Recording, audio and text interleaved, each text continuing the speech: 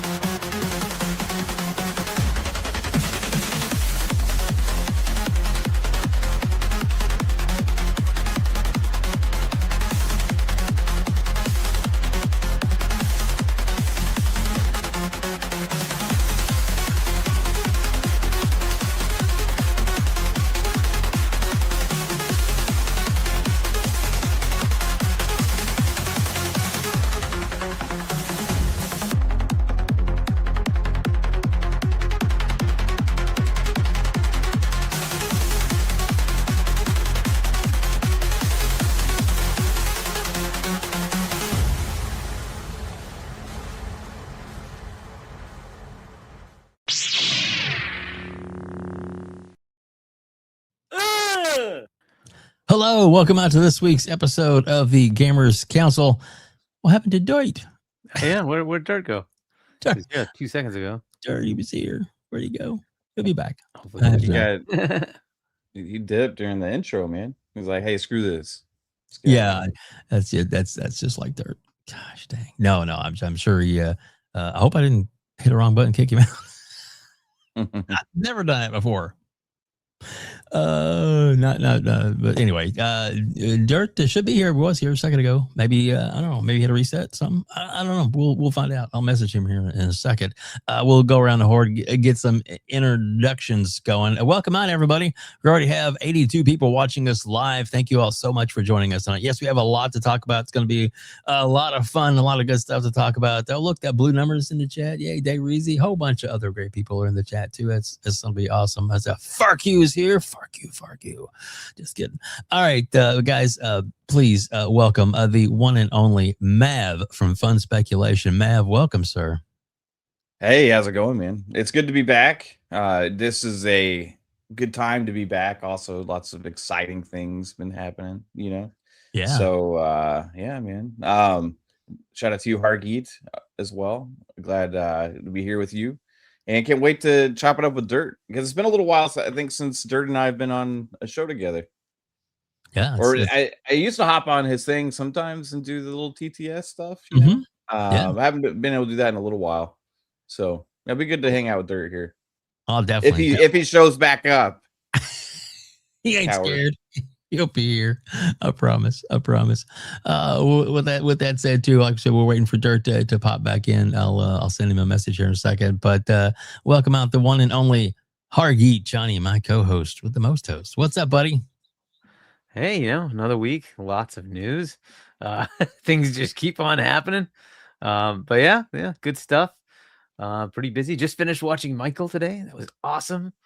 I don't know if any of you had a chance to watch it, but I have not. I've heard good things. Yes. Don't listen to the critics who hate it, but whatever. Hey, there we go. Dirt's back. Dirt had to make an entrance. What's going on, man? Something wrong with my PC's been acting up the last few podcasts. I don't know, man. It's all right. It's all good. It's annoying. I don't know what's wrong with it. Well, Dirt, your it's take? dog shit. That's the problem. Know what it is? Yeah. I think we need to have that. Hello, fellow gamers, and God bless America. DTS is on. Oh, there we go. Thanks, Day Reezy. Welcome out. Well, just for Day Reezy. There you go. So anyway, introductions around for you, ladies and gentlemen, the one and only Dirt Griggity. Dirt, welcome to the show, sir. What's up, man? What's up, everybody? _easy celebrates 22 months of membership. And here we observe Smokey the Bear in his natural habitat. He is commonly known as the American black bear. Listen. I'm dead serious. I told you guys, stop sending these on other people's shows. Thank you very much. Please. I told you the shit gets awkward. Stop sending these shit about this on other people's shows. Thank you very much. Because what? To be fair, Dirt, race doesn't play any kind of effect here. You know that. But that's not my point. It gets awkward. I got you. I told them so many times, stop doing that. Please stop sending these dark skin jokes on white guy shows, and y'all keep on doing it. Please, I'm asking you nicely. There you go. Please. There you go. And we're gonna respect. It gets awkward, bro. Please. Yep, we're gonna respect it. So I look at it this way too. If I need to, I can turn GTS off. We'll give it another few chats, and then if it gets unbearable, then we'll definitely turn it off. And then like I said, we'll only read the ones that we feel are appropriate to read. How's that? And again, guys, I do appreciate the chats, and you guys definitely have conversations, and you want to talk about gaming. It's all about that too. But on Dirt's show, which is actually one of my favorites, along with Mav, I love it when Mav goes on a rant. I love it when Dirt starts talking all that shit. It's great, and that's one of the great things about this time right now, Dirt and Mav and Hargeet. Is that Mav? You said it. This is a good time. This is look, I guess it's Alex said. Looks like they put the rakes up in the closet, put them back in the shed because they're not. Microsoft and Xbox aren't stepping on many rakes right now. I don't know, WebDave. I think they sold them to Sony. I'm sorry, I shouldn't have said. You think so? The rakes, yeah, or just passed them down. Said, "Here, take this." Yeah, especially to some of the ex-CEOs that are running their mouths. So there you go. Don't jinx it, guys. You're right. I'm definitely don't want to jinx it. But so far so good.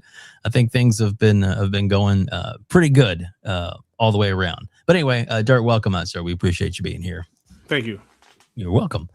So let's get this. Hey, Crispy Bomb, what's up, buddy? What's up?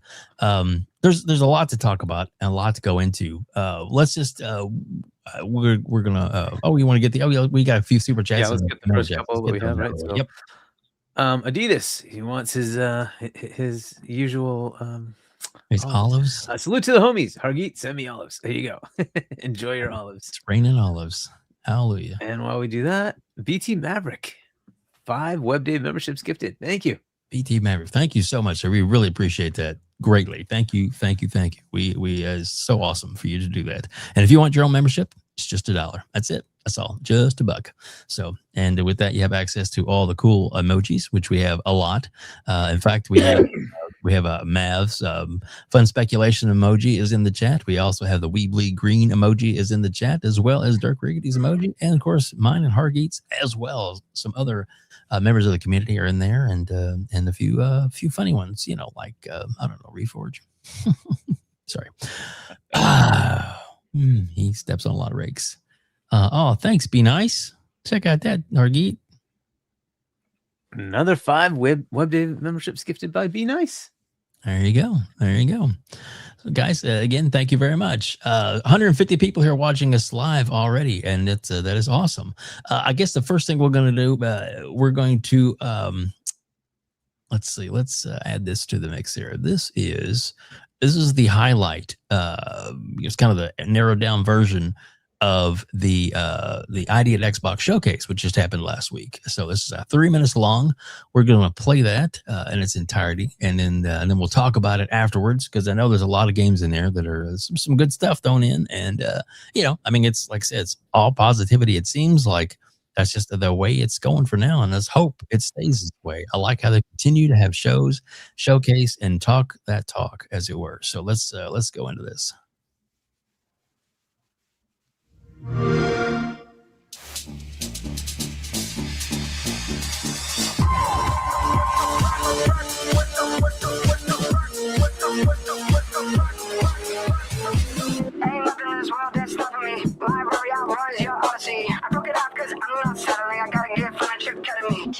I'm in the girl's mission. Yeah, it's like that. She got good dimension. I'm balling. Pay me attention. Going up hydraulic suspension.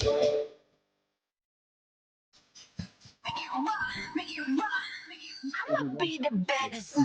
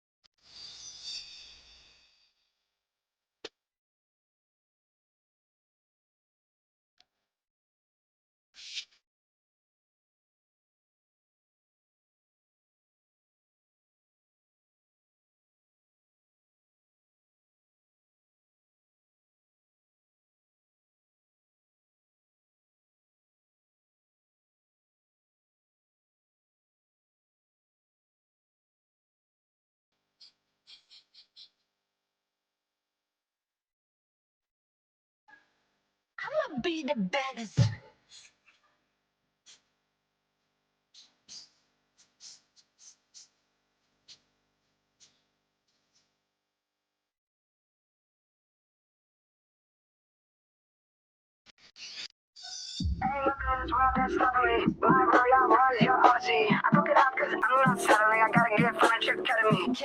Yes, like that. I'm in the girl's mission. Yes, like that. She got to the mission.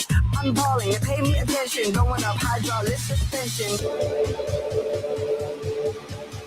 Make you rock, make you rock, make you. I'ma be the baddest.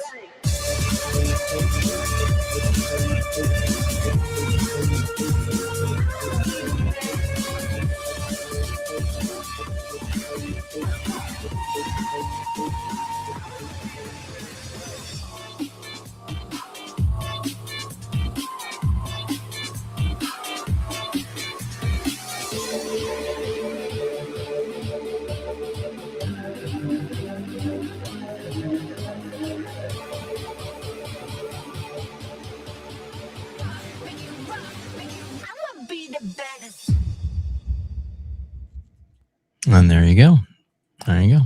So I guess the breakdown of it, share this tab instead, would be that there was obviously some pretty good games that come in there. One we've seen before, that there's no ghost at the Grand, which you got to see a little bit more of it, how it works, how it functions. That's going to be played out. And it looks, I mean, it's included in Game Pass.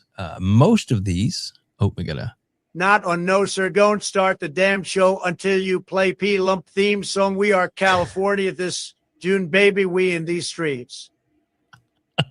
Okay, P Lump, I'll play your song for you.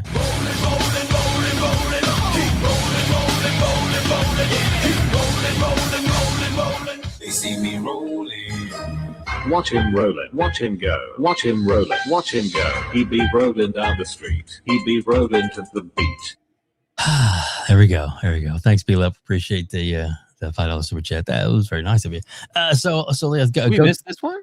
But there was one. Yeah, one? you did. Yeah, you want to read that one? Yeah, sure. At Trackballs, $5. When people say they want console exclusive and not on PC, I never understood that PC is Microsoft. LOL. Yeah.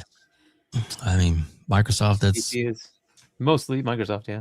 yeah, mostly. Yeah. So that's a big part of gaming.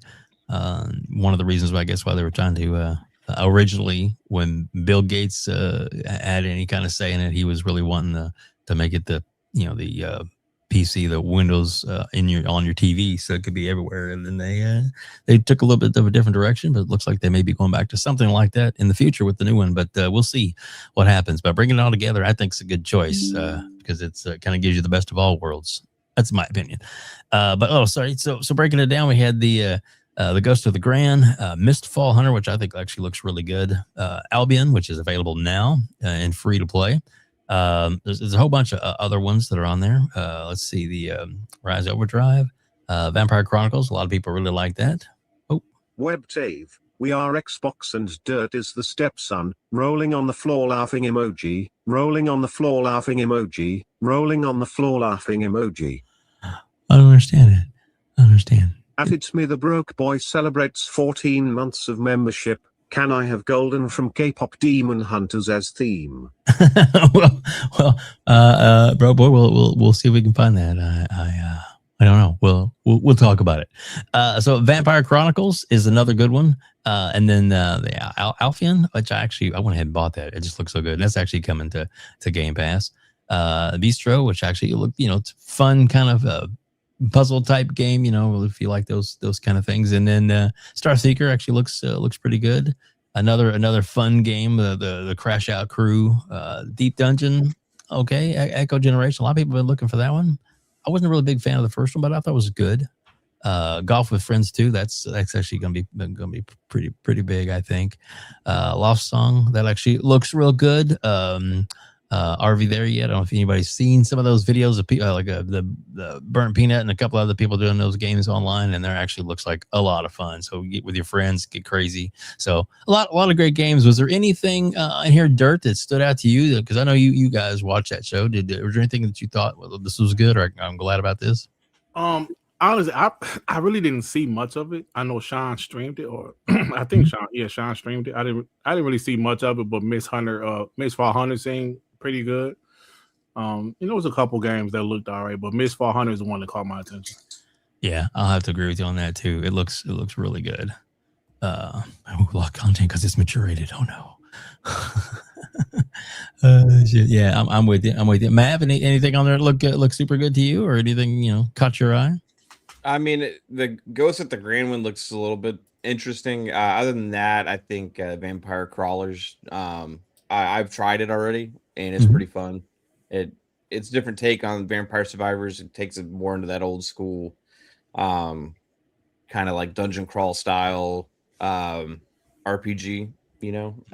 Turn based. So I like it so far from what I played of it. Other than that, like, a lot of these games really aren't necessarily like my kind of thing. To the panel and chat, No Diddy Christmas is coming in June, and I hope every gamer get every game they wish for. You know what, people? I hope everybody gets everything they wish for as well. That would be nice. That would be nice. Sorry about that, man. No, you're good. Yeah, and golf with your friends too. Like, that was interesting because like that's something that like I remember the community played a lot of earlier this generation, last gen. So to have an actual sequel to that is pretty cool. Yeah, and it's play anywhere, so that's going to be awesome. I think almost everything was play anywhere that was at this show, which was really cool. So let's go. So anything stand out for you, Hargeet? I know that was your first time seeing that, but some of these games you've heard of before. So yeah, I mean, Vampire Crawler certainly sounds cool. Aphelion actually looks pretty interesting. That's a Don't Nod game, right? So we'll see how they play that out. But that looks kind of intriguing. Sorry, go ahead. No, I was gonna say it really got me. I enjoyed the trailer and stuff so much that I went ahead and bought it. So okay, but it's gonna be Game Pass, correct? It is. It is coming to Game Pass, but I thought even better. That's pretty good. Like, yeah, I mean, there's others here and there. The hotel one, we'll see. I don't know. The good thing is, of course, they're all coming to Game Pass, so you can just go ahead and like download and see if it's of value to you. Albion's interesting, right? This has been announced before, and I'm not sure how much of a ripoff of Fable it is. It's from the guy who invented it. That's fair. I get that.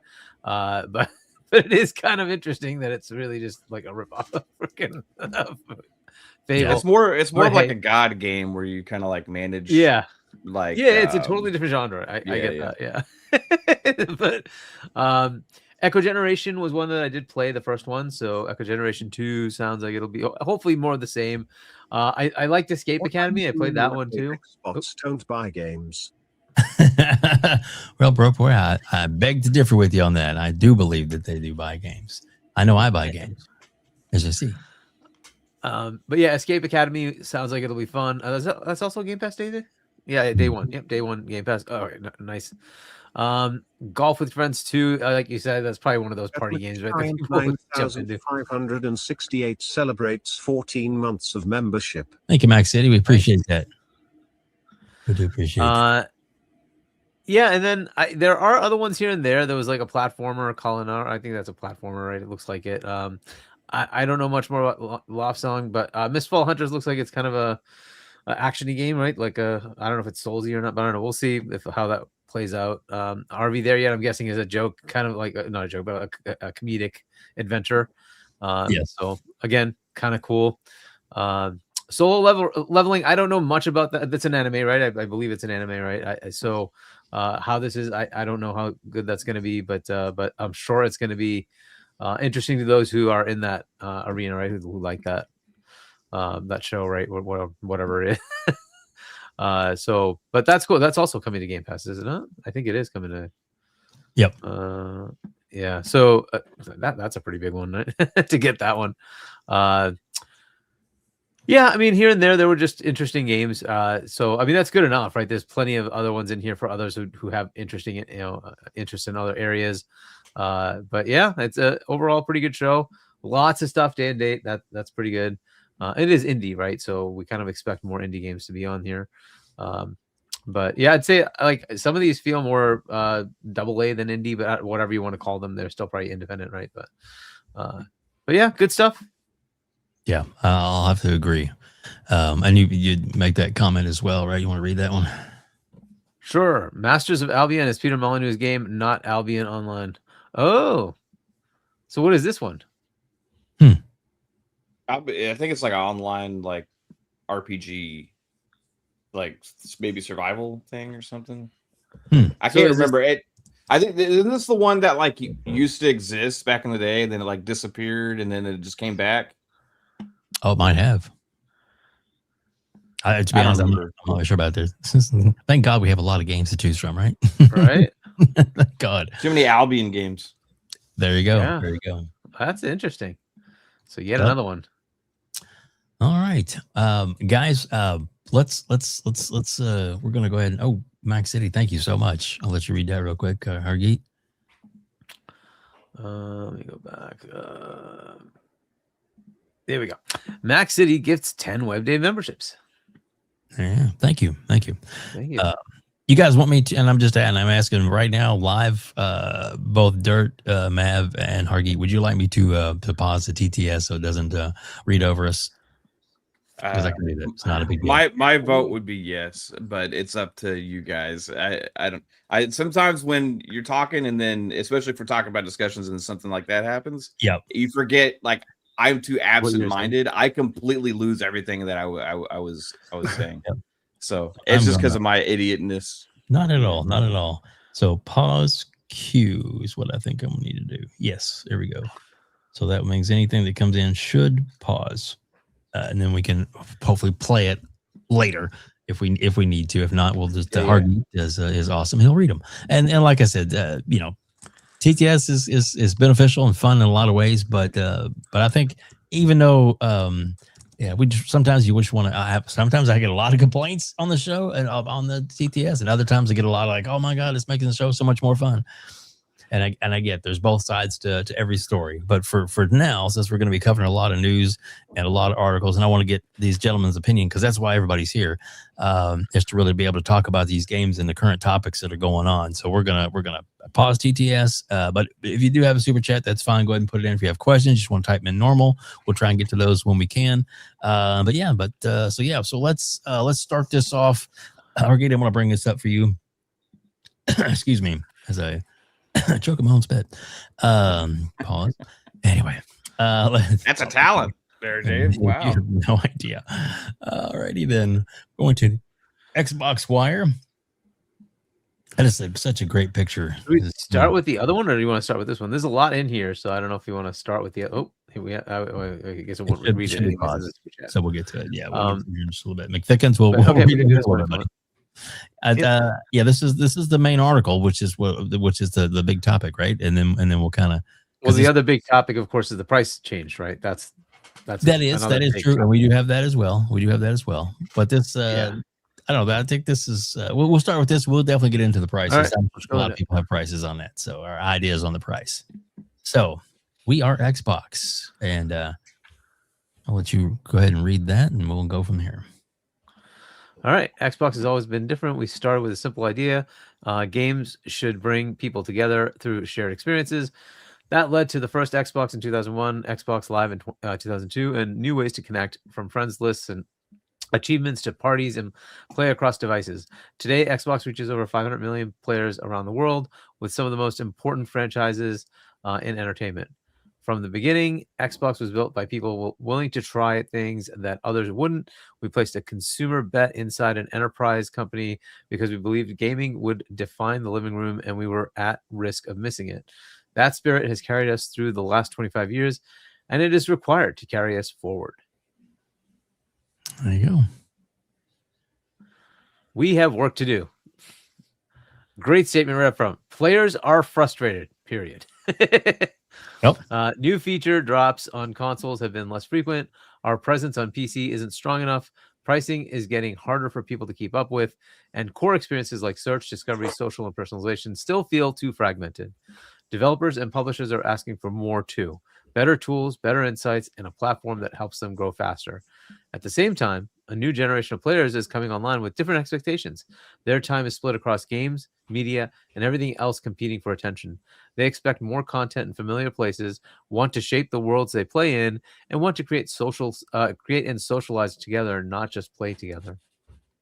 These changes are happening as the industry reshapes around us. Console remains large and stable. Windows now represents more players and more hours and is increasingly where competition is most intense. Players, you have to scroll down. Players have access to more games than ever, even as the cost and time to build blockbuster titles continues to rise, putting pressure on what gets made and how risk is taken. Some of the biggest recent hits are coming from small teams or even single creators, and places like Roblox are producing experiences that rival major franchises in scale. More players are also choosing subscriptions and services as their primary way to play, with expectations set around instant access, ongoing value, and libraries that evolve continuously. The industry is becoming global and competitive. More than half of the market's revenue, players, and growth are happening outside of our core markets. But the rest of the world is not just a large market. Developers there are increasingly competing with the most established Western studios, combining scale, speed, and willingness to reinvent genres many once considered mature. The model that got us here won't be the one that takes us forward. All right, let's pause there because that's a lot to take in so far. We're going to break this down into sections. So I'm going to start with you, Dirt. First on this, I mean, have you ever heard a CEO or anybody, that's in big corporate level just be blunt and honest about the state of Xbox? And what are your thoughts about this? Well, me personally, I love it, man. Because we will be full of crap if we up here acting like everything been beautiful and flawless the last couple of years, right? Come on, man. Let's be real. And I always said, like I said last week on my show, if everything was okay, if everything was perfect, if everything was fine, there wouldn't have been changes made. Now, we know Phil was going to retire later this year. Sarah Bond probably not. But there were changes made for a particular reason. And the new CEO coming out there being transparent, saying gamers were frustrated, I'm okay with it because there's some truth there. Right? Not everybody was frustrated. Some people liked the direction. Some people disliked the direction. But this is something that needed to happen, if you ask me. I've been noticing. I know we're going to talk about things a little bit later, but I've been noticing there's been a civil war, so to speak, Xbox fans versus Game Pass fans. That's what I've been getting, like on my channel. Mm-hmm. Like people are separating the two. So with that being said, it seems like what Asha is doing, I think right now, is bettering the brand or trying to better the brand. She's being transparent about it, and I appreciate it. I appreciate it because you can't up here act like everything is all great. Oh yeah, everything is fantastic the last couple of years, and that would just be a bold-faced lie. So I appreciate it. Now everything's been great with the first party output. The games have been great the last couple of years, but so everything else is kind of like so I appreciate the transparency, and I want to continue to see the transparency. And I would say so far she's only been there for like 64, 65 days, right? Mm-hmm. It seems like so far, she seems to be backing up what she's talking about so far, just by some announcements she's made. You know, she's talking about certain things. So we'll see how it continues. But as of right now, I'm okay with what she's doing or saying. But she got to back it all up. You know what I'm saying? Right. I agree. I agree. And the dirt today's topics, you could jump around anywhere you want to go. It's wherever your heart leads you in the conversation. Because like I said, there's a lot to talk about. We're gonna break this down into sections, but yet if there's areas that you want to cover right now because it's in your head, go for it. Well, I know you said that, like, we talk about the Call of Duty stuff later, but I was just saying that when we talk to, like, when we get to that topic, that's something that I've really been noticing. Xbox fans versus the Xbox Game Pass fans. I can't believe it's really a difference now. There's a civil war going on in our community. I'm noticing it, right? Yeah. Because it's happening on my channels, and you know, some people are saying certain things, some people are saying other stuff, and I'm like, wow, okay. So, you know, that's something we'll talk about when we get to that topic. But it is strange that like you said, it's just like where did this come from? You know, where you know, why is it like I mean, you know, we want change, we want things to be better than, but they really don't, though. Is that what it is? They claim they do, but they really don't. Oh, you know, I don't like the direction of Xbox. We're taking Call of Duty at Game Pass. Oh man, I really don't like the direction of Xbox. They're talking about bringing back exclusives. I don't like that. Well, what do you like? What do you want? What do you like? Yeah. So I mean, there's a serious conversation when it comes to that from some things I've seen. I saw Pony's clipping Hargeet because he was critical of them taking Call of Duty out of Game Pass. They love it, you know, when pro Xbox guys are being critical. So they love it. But you know, I have my thoughts about everything. So, you know, we'll talk about that later whenever. Just, you know, something is on my mind.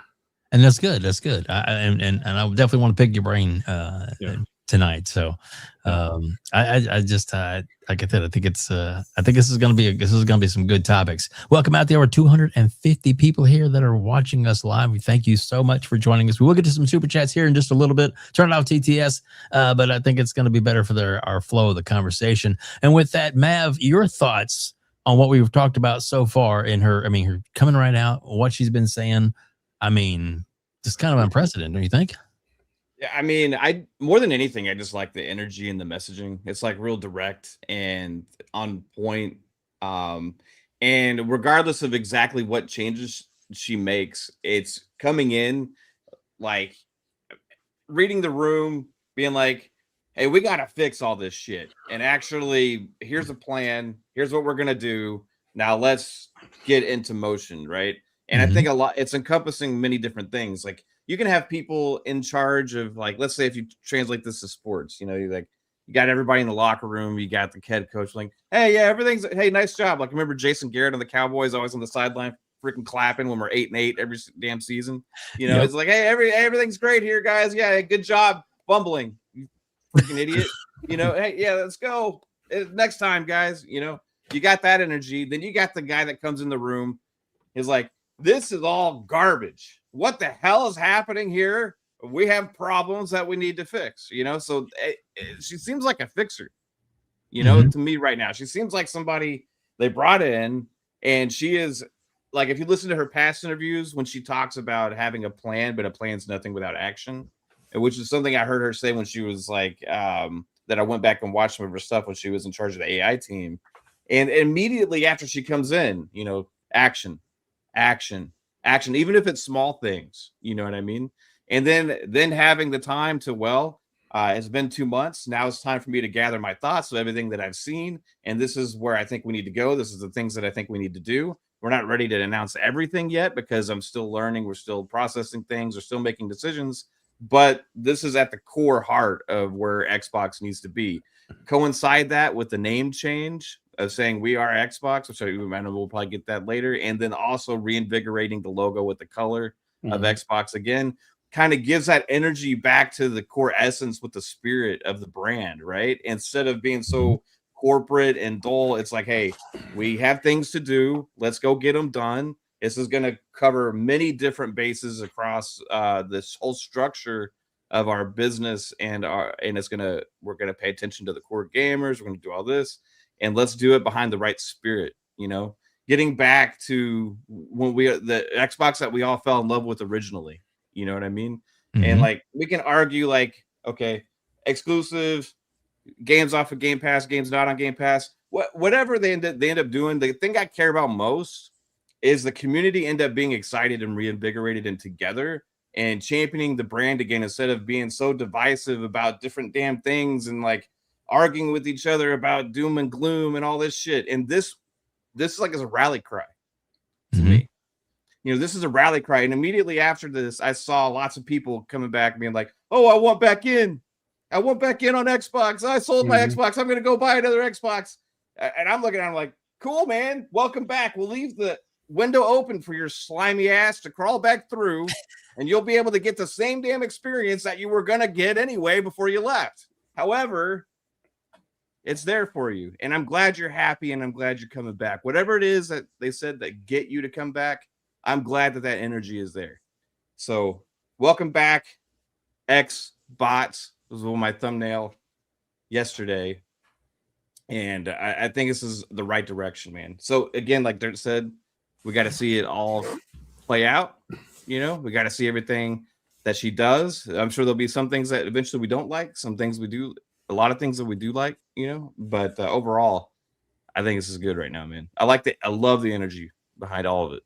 Yeah, I agree. Hargeet, I'm going to go to you. And then, of course, guys, if either one of you have anything else that you want to interject in the conversation today, go for it. Do it. This is going to be a more of a conversational type, which I really want. Because I know the chat's putting a lot of great comments in there as well. Too, I'm reading some of that as well as pay attention to what you guys are saying. So, Hargeet, your thoughts on what you've read so far, and like the energy is this. I mean, it's almost shocking in some places that the CEOs don't usually talk like this. Not publicly, right? They do bring these things up internally, right? But this is being publicly put up by them. That's on their website. So, but yeah, I like the beginning is a good intro of why they're here, right? What is Xbox, and then what they have to do, and it's a great like bullet point list of new feature drops on consoles. Yes, fix that. Presence on PC isn't strong enough. Yes, fix that.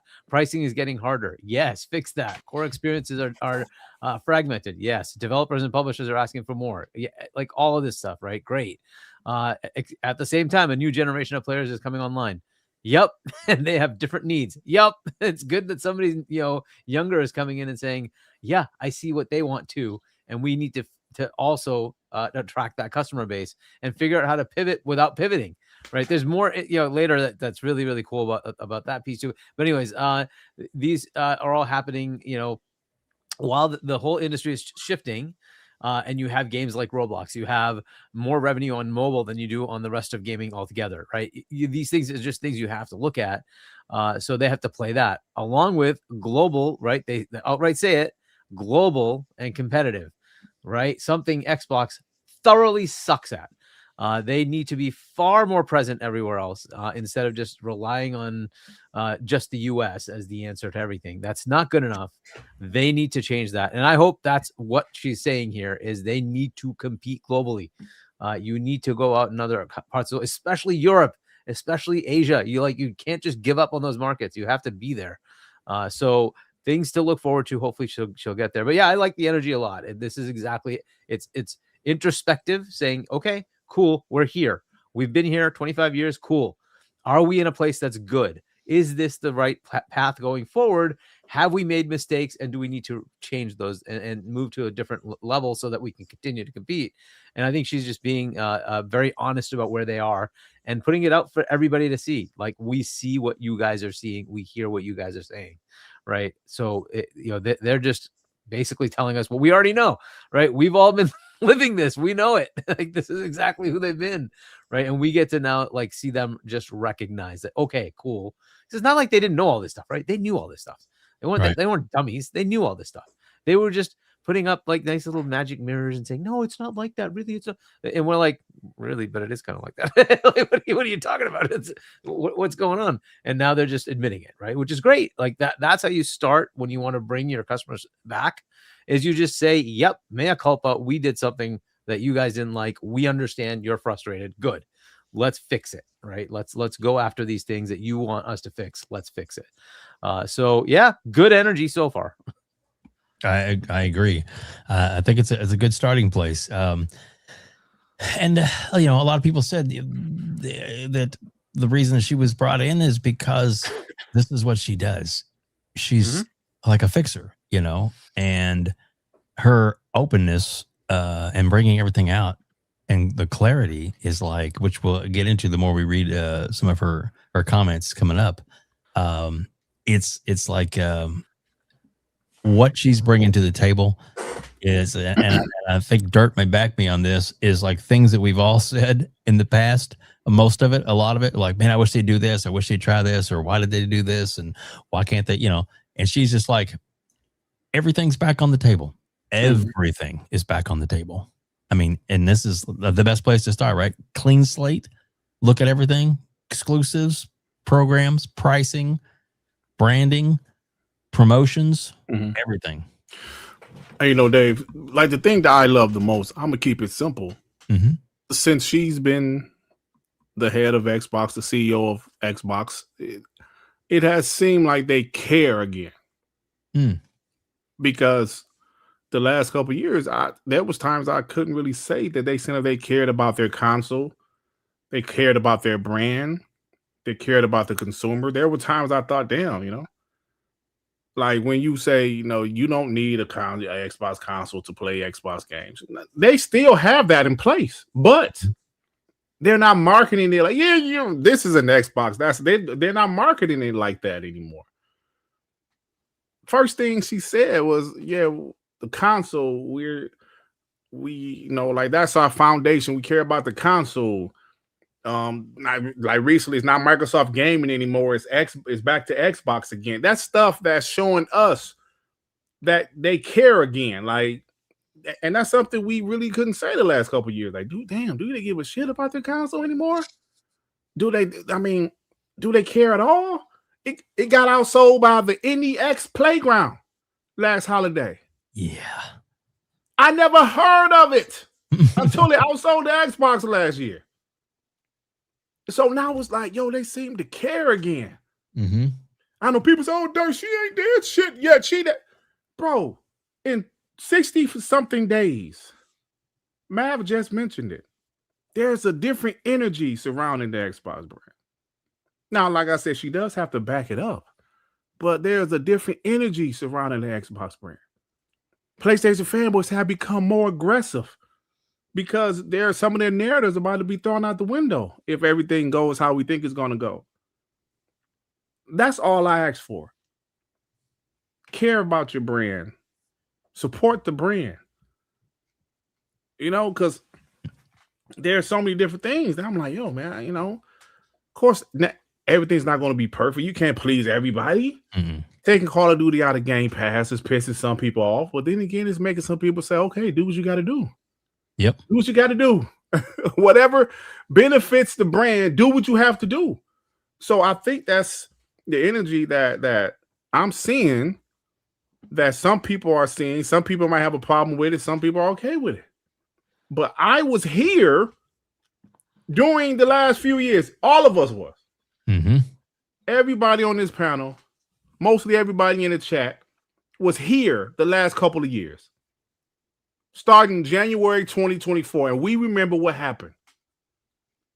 So, if people just still, I don't like what's going on. Well, I mean, do you really care about the Xbox brand, or is it just Game Pass? Exactly.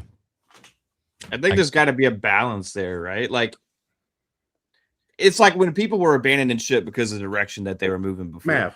Mav, you know what I mean? Mav, may I say something real quick before you go? Yeah. Bro? I just saw a comment. Yeah. That I want to address real quick. I'm sorry. Go ahead. Mr. Xbox says, Dirk keeps bringing up the NEX Playground, but don't say nothing about how they didn't drop the price for the holiday that year. My point exactly. Right. That was the first year they never dropped the price during the holiday season. That tells me they didn't give a shit about selling consoles. The first time they've ever not dropped the price for holiday season. besides when the consoles dropped that year. What is that telling you? They didn't care about selling consoles, bro. PlayStation, still the best-selling console. They still dropped their price for holiday season last year. Yep. I know the Nintendo Switch 2, because that was just a new console, but they didn't care, bro. That's why I keep on bringing up the NEX Playground. Because they didn't care. They still don't promote their console like I want them to, but hopefully that changes, because the Xbox Series X and S are fantastic consoles. But that's what I'm saying. Costco pulled the damn consoles from the stores. And you mad at me because I'm bringing up the NEX Playground? They pulled the damn consoles from the stores, bro. Yep. They did it. They did pull it. Some people said it was to make room for other things, but other people like, they're a business. And if they weren't selling a lot of those consoles, they're going to bring in what's the demand and what's necessary. I was at my Sam's Club yesterday, and there wasn't any Xboxes there, but they did have a shit ton, and they were actually sold 2 while I was standing there talking of the ROG Ally, the first ones, the white ones. 2 different people walked up and bought them when I was just standing there, and I was like, that's weird. So, but yeah, and that was at the $5.99 price. So yeah, so that's, I don't know. It's I don't know. And I've heard from a few GameStop managers that sales right now for the used consoles for Xbox are picking back up. I've also, and that's good. And yeah. that's good. Mm-hmm. I think even I think Jez, I'll see if I can find that one. Said that he's had some friends of his that have said, or people he's talked to that are like, I've got rid of my Xbox, but now I'm going to get mine back. Well, there you go. And that's what we need, right? That's what we need. We need that. We need that back. Yeah. Hargeet, do you want to read some of these super chats, and then we'll go on and continue? I think Mav, you were going to say something. I don't know if you still remember. I'm sorry.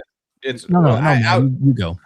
Yeah, I was just gonna say, like, with the changes, like the last couple of years, right? I agree, Dirt. Like I think their minds were so all in on Helix and what they're doing there, and going to this complete openness that to them, like selling more consoles this gen was just kind of like, hey, we're just kind of supporting everything we're moving away from. Is kind of like what it seemed the energy was, the last couple of years. Like I made a post kind of about, questioning some of the looking back at how quickly and direct Asha is able to do things. It makes me kind of look back at the last couple of years and question some of the things that they were doing, or what I should say is the lack of things they were doing more so. And I think that when it comes to the exclusivity thing, or like removing games off of Game Pass, I think like a lot of people the last couple of years got way too emotional on the one side. And then a lot of people get way emotional on the other side, and like for me, it's just I couldn't care less whether those guys play games or not. I care about my experience, you know what I mean? Mm-hmm. And so my experience still today doesn't change. Now, where it did change was the Game Pass price drop, right? Mm-hmm. So with that, it's like, yeah, I can look at that and say that actually directly affects me, And hey, I like the price drop. For me, the Call of Duty thing is kind of like a trade-off. At $70 to buy Call of Duty, $84 in savings a year for Game Pass. You know what I mean? So that's like a $14 win at the end of the day if you subscribe the entire year. I do like when I think about it and how they're going with the tier structure or potentially like the like what she was talking about. Hey, we can kind of create your own thing, or like we're separating separate things. We're going to allow people to choose your own bundle. I love the flexibility of that. But then also I do have questions about long-term. Like what if you do want everything? How much is that going to end up costing? Mm-hmm. And then later on, because Call of Duty was so valuable to them, it was like worth $7 per month for them in the service. Apparently, if that's all they removed from Call of Duty to get it down to $22.99, right? What is the like what happens when necessarily like Elder Scrolls 6 is about to launch and they spent like $600 million, $700 million making that game, and they really want to sell as many copies as possible. Is it okay? Well, we might decide to put this in the separate tier with Call of Duty and all these other kind of things. You know what I mean? So it's like, how does that whole thing work out? You know, so I think it's interesting if we leave it at Call of Duty right now. Hey, that's fine, whatever. But what is the precedent that we set, and how will it change in the future? So there's that, you know, and that's for Game Pass subscribers. It used to be that Game Pass subscribers and Xbox fans were the same thing, because I remember all of us arguing against Sony guys and PlayStation guys and games media who kept crying about sustainability and all this other shit for so long. And we're all like, what are y'all guys making all this shit up for? We're profitable, sustainable. I mean, Game Pass, they said we can't have games day and date. They said we can't have this day and date because it doesn't work. It doesn't work. I remember all of us arguing against that for so long. Everybody in the Xbox community, because we all love Game Pass. We saw, and then with energy shift over the last couple of years, right? Then they start to do those different things. And now we want the go get them energy back. So all of a sudden it's like, hey, yeah, take those games away. Hey, do this, do that. It's fine. Whatever it takes, you know? And that's cool too. I just care ultimately about the community being excited.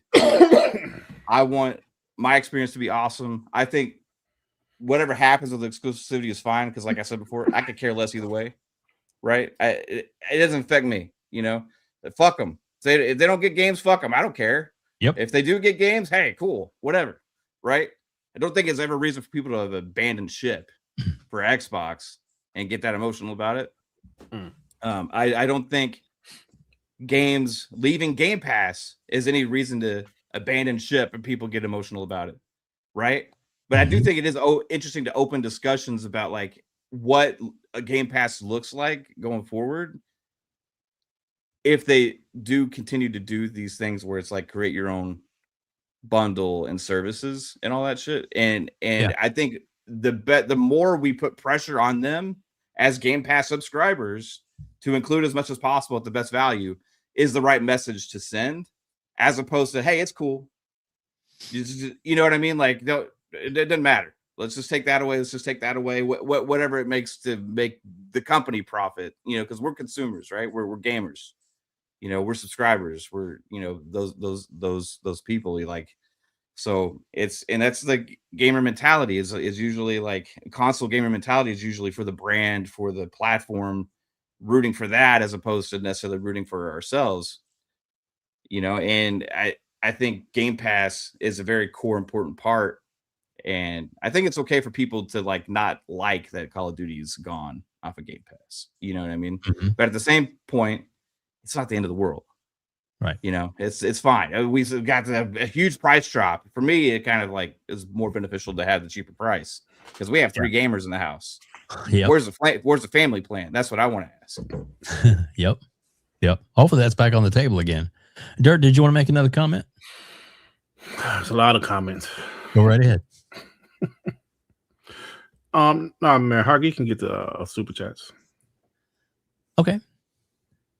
All right, let's super chats. Let's see. Mandingo McThickens, $10. Shout out to my Xbox brothers.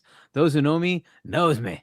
On behalf of being an adult and a WBG goon, I will behave. I will not be an embarrassment. I will not be an embarrassment.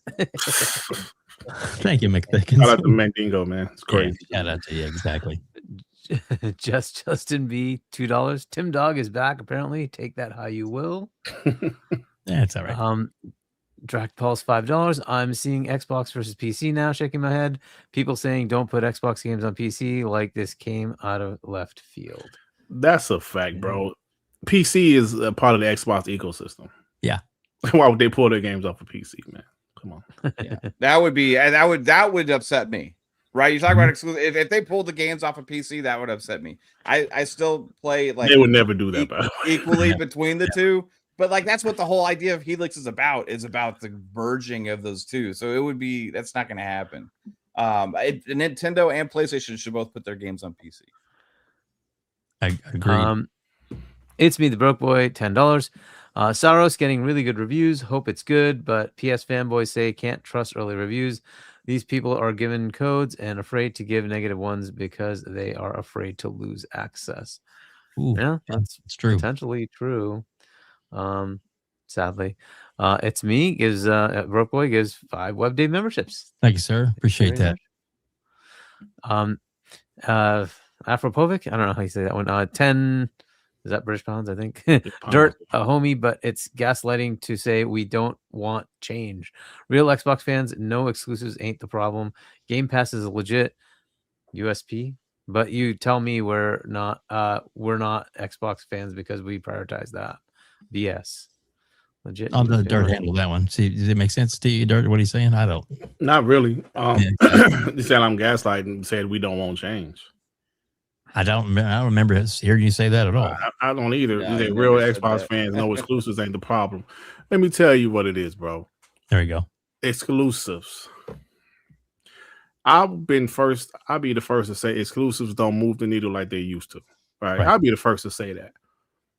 But I am confused by guys, the Afropovic, who's been here for the last couple of years. We've talked to him talked to him personally on TTS. Talk to him. You're gonna sit up here and tell me, yes, I'm about to use the perception word. The perception of the brand hasn't been shit for the last couple of years. Are you going to sit here and tell me? Because I know exclusives are not something that's going to all of a sudden make Xbox start outselling PlayStation. No. But the brand itself has had a perception problem the last couple of years, bro.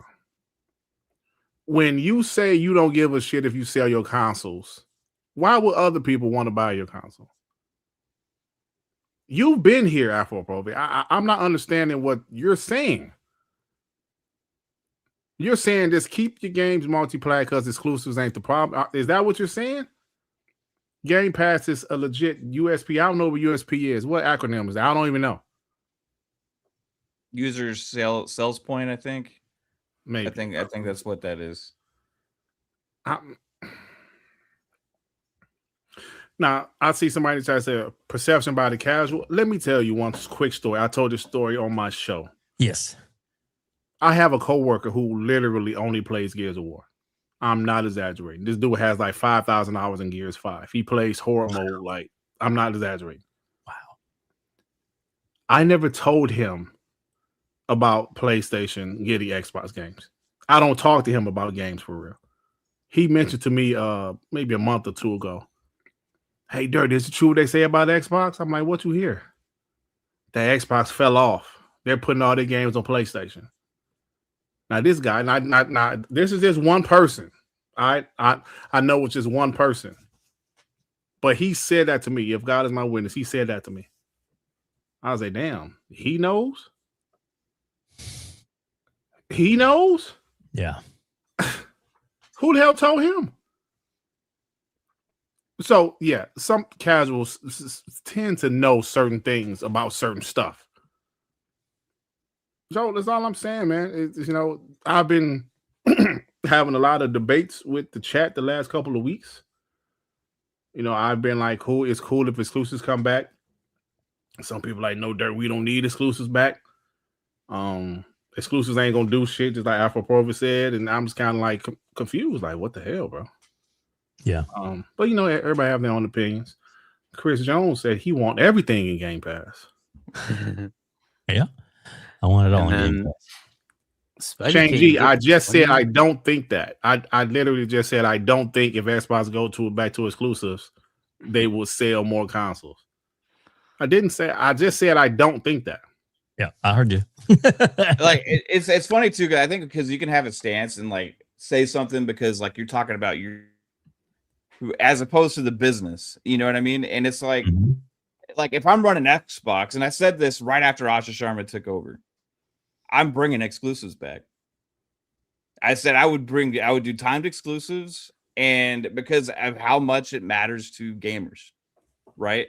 Like, I don't think we should all care as much as we do because we've been trained to, right? For me, it doesn't change my experience either way.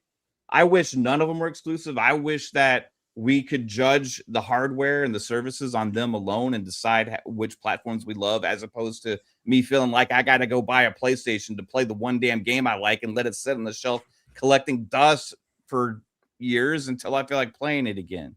You know, the same thing with the Nintendo when they come out with the one damn game I want. Could you imagine if we had Sega had their own system again? If Capcom had their own system? If Take-Two had their own system and all games were exclusive to those individual platforms, and we have like 6 or 7 damn devices hooked up to our TVs just to be able to access all games. Like it just at the core principle of it, it's not like super pro-consumer. They're trying to lock us in. You know what I mean? However, it's still, when you are part of the ecosystem, it is exciting, right? It is like, it is part of belonging to something. It is bringing energy to it. There's a level of like pride to be a gamer that is like attached to that place because it feels like home. You know, you come home, you hit the button, you hear that sound, and it's ready to fucking game. You know what I mean? And it has all your stuff you've been getting all these years, has all your friends, it has all this stuff, and we feel at home in that. And I get wanting special experiences for it. You know what I mean? Because of that, because of how console gaming has always been, the business side says you should do it, right? And you should do it to some level. I think they should actually pull games off of Steam. PC is already an open platform. You don't need to, if you have the game, people will go where it's at to play it. You know what I mean? You got to do it with the game. And at times, I think they almost have the opposite approach. This is the game, so we need to make this game as available to as many people as possible, as opposed to this is the game. This is going to be the driver for people to us, you know. And that's the business side of it because that's what everybody else is doing. I wish it wasn't that way. I wish it wasn't that way. I wish there was more competition with everything else instead of them having the avenue to just basically charge whatever they want for games, charge whatever they want because it's all closed ecosystems. That's the world we live in, though. So if that's the world we live in, they have to compete in that world. And you're not going to do it if you lose the energy of the core users. And you're not going to do it if you lose the fans.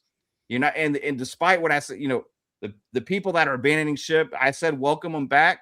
I think they're idiots. I think when they left Xbox because other people were getting to play the same shit that they could have anyway, and now they're going to come back and play the stuff that they would have anyway. I think they were dumbasses for leaving in the first place. However, I still welcome them back because it's important to have those guys still rooting for the brand and rooting for the console. Because if you lose those guys, you're losing the plot. Because those ones are the loudest. Those are the loudest crazy motherfuckers on the internet. Those are the ones spreading the message the loudest. You know what I mean? And if you lose them, and then everything just becomes diluted and stale, and it's just like watered down, then what's the energy behind that? And to me, like the green, I know this sounds stupid, but the green in the logo, the We Are Xbox, like that speaks to that energy. Like that speaks to that level of passion that we have for the brand as gamers. So, you know, like we can necessarily have our priorities. And I was saying people are stupid for leaving, you know, because I just don't get it. Focus on your experience. But I think it's important still to give the gamers that energy of what they want. And time, if it's timed exclusive, if it's whatever, you know, if it's whatever it is, the most important thing is reinvigorating the community. Agreed. Because that's your core. She's doing that. I think she's doing that. I agree.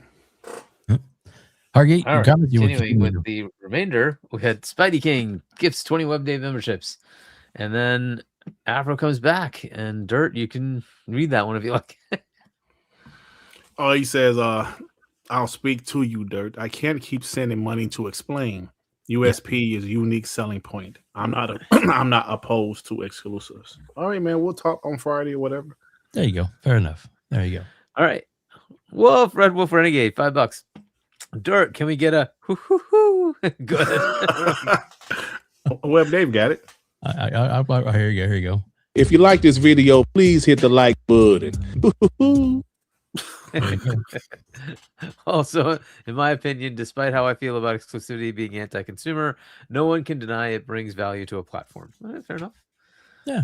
Yeah, I mean, listen, everybody like we all don't have to agree. Yeah. But in my personal opinion, I think they need some form of exclusivity. Just for the perception of the brand, at least. Just to make the brand look strong. Agreed. Just what I'm saying? This is my opinion. Yeah, no, and I agree with you, Dirt. And before you read that last super chat there, Hargeet, I'll just say this: that when you say exclusives, I know like Sigs and Serial, I like his show a lot.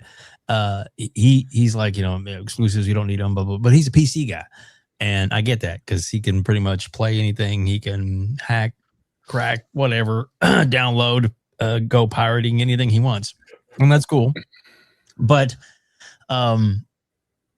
the point about exclusives, and even then people are like, what's exclusive? It's not true exclusive. Alex says this too.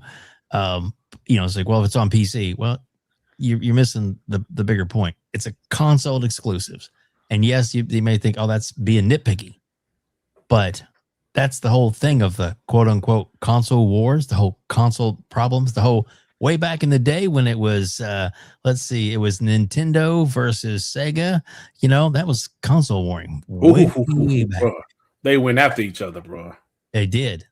Brutal. And then, Nintendo was all like, hey, we need this CD system. Let's go to Sony and make this. And then last minute, you know what?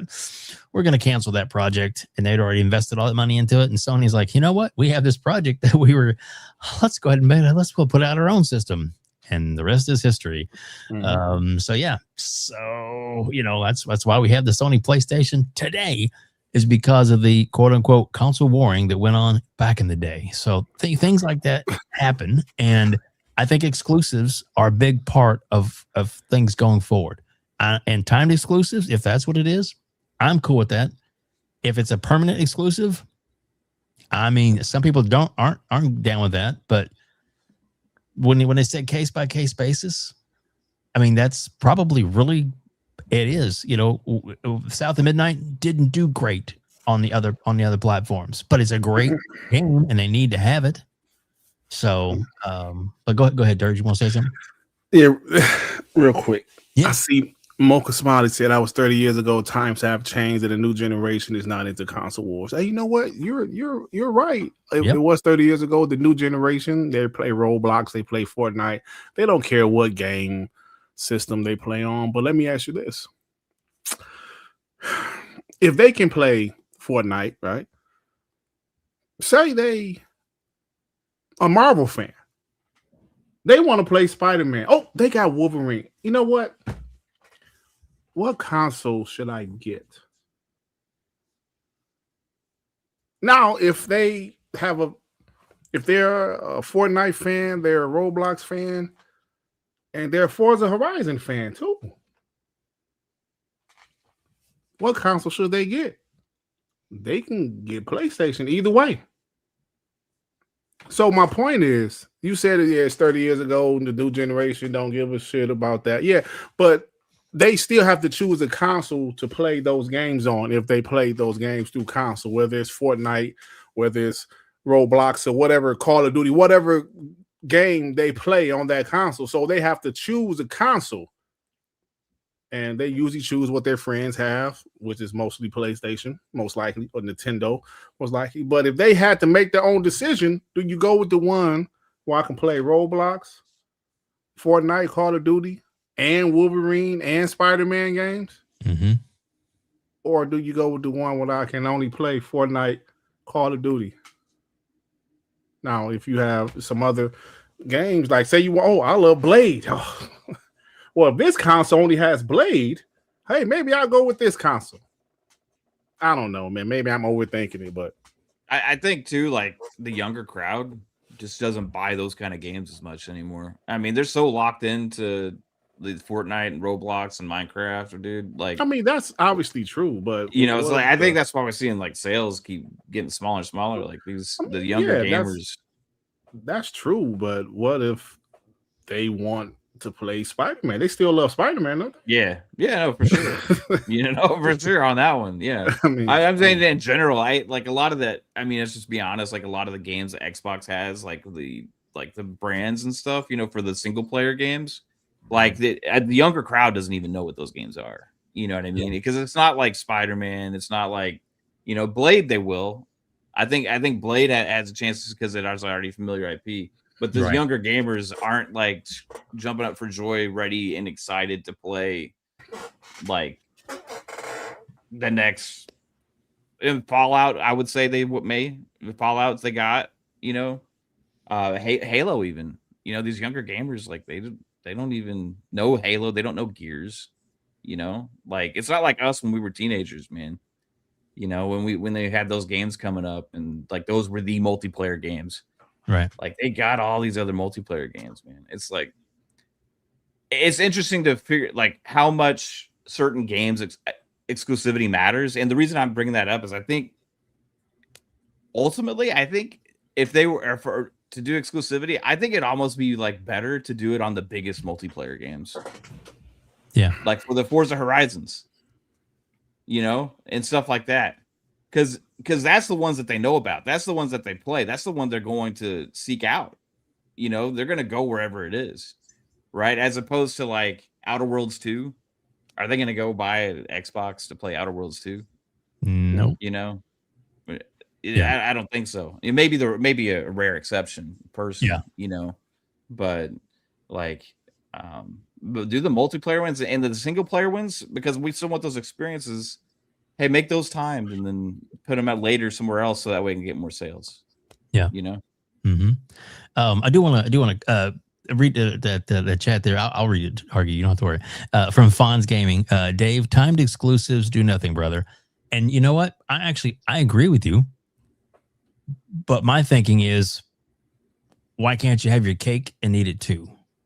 So you saying better than nothing, huh? Exactly. And some people are. I mean, there'll be some games that are definitely not going to be exclusive anymore, and that's just like you said, the ship has sailed, and that's just the way it is. Is there some games that you can win back some of the hardcore fans by making them exclusive? I'm cool with that. I mean, if it's just timed, and I don't see that it's going to be full blown exclusive. Like I mean, it may be. I don't know. Asha, she's got her plans. She's got things they're working on. I don't really know. We obviously none of this is all kind of speculation and just kind of a talk, but that's it. It is. It does bring up a conversation. Would I be happy? I'm happy that Microsoft is putting an effort into the brand and that we're getting some things done. If that's exclusives that come back and to some degree, I'm cool with that too. If they didn't come back to any degree, I'm okay with that too. I'm still going to be an Xbox fan because I like the ecosystem and the way things play and work and the Play Anywhere program. I like that better than any other format out there, period. Yeah. So, and that's just me. Hargee, let's get through some more of these super chats. And then of course your thoughts, anytime you want to interject your thoughts, Hargee, please do so. All right. Relis, $5. Exclusives matter to fans. If you don't have exclusives, they think you turn into Sega. They thought Xbox had one foot out the door and gone soon. Yeah, that's probably true, right? Yeah. Polybaba, $2. All money ain't good money. Yeah, that is true too. As well. Drac Pulse, $5. The younger crowd doesn't care about exclusives. I saw a teenager playing Black Ops 7 on a tablet multiplayer. Oh, well, okay. They just want to play games with no resistance. Yeah, that's what was mentioned in the article, right? With the blog post. Lotus, 20 WebDave memberships. Thank you, Lotus. Wow, that's very nice of you. Lotus. Yeah. Justin B, $2. You'll never know unless you try. Oh, very, very good, very good. And I did get your comment, Foz. I did read it. So he thinks that time just kind of stupid, and I get that. And dude, you're 100% more than welcome to your opinion, and you know that. We love you, Fonz, and of course, a lot of things you say I agree with, and some things I don't. But that's all part about being friends in the community. I like I said, Fonz is one hell of a guy, and I can hardly wait to hang out with him again in June. It's going to be awesome. He is super cool and very nice in person. No matter what you think, you might rub off some kind of persona that he's a mean old gruff. He is actually a super nice guy. Isn't that true, Hargee? Yes. There you go. Yeah, and he's also started to just like not be as challenging. So that's certainly something that Fonz has been doing more lately, which is good. I think like it's good to just bring up your viewpoints. That's great, but like some people in chat, I don't go after people in the chat. I just don't like whatever they think. It's great. and that's cool, and that's good on you. But go ahead. Yeah, I was just going to continue reading. There's so much more in here. And by the way, we've Yeah. already spent like over an hour on this one topic. We haven't even like scratched the surface on it. Yeah, yet, like so, this might just be the whole show. We'll keep going. all right. Xbox will be where the world plays. Those are bold ass words. Yep. Those are some bold ass words. What does Xbox become in the next era? Xbox will be where the world plays and creates. We will build a global platform that connects players and creators everywhere. Console is at the foundation, delivering a premium experience, and cloud brings that experience to any device. You can play where you want, and your games, progress, friends, and identity stay with you across console, PC, mobile, and cloud. Xbox will be built to be affordable, personal, and open. We will offer flexible pricing so it's easy to get started and keep playing.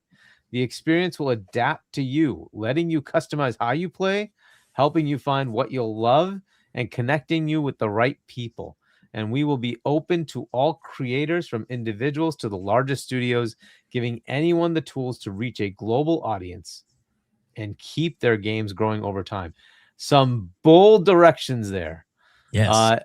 I can go into more things. I think we should probably just stop. So our new North Star will be daily active players, not monthly active users. We will execute this through 4 priorities, and we'll go through those priorities. But what do you think of just that? That is some bold stuff to say. Hargeet, your thoughts. Go ahead, your thoughts. Okay, so that is basically what I've been like preaching this whole time, right? Is like, you need to be global, right?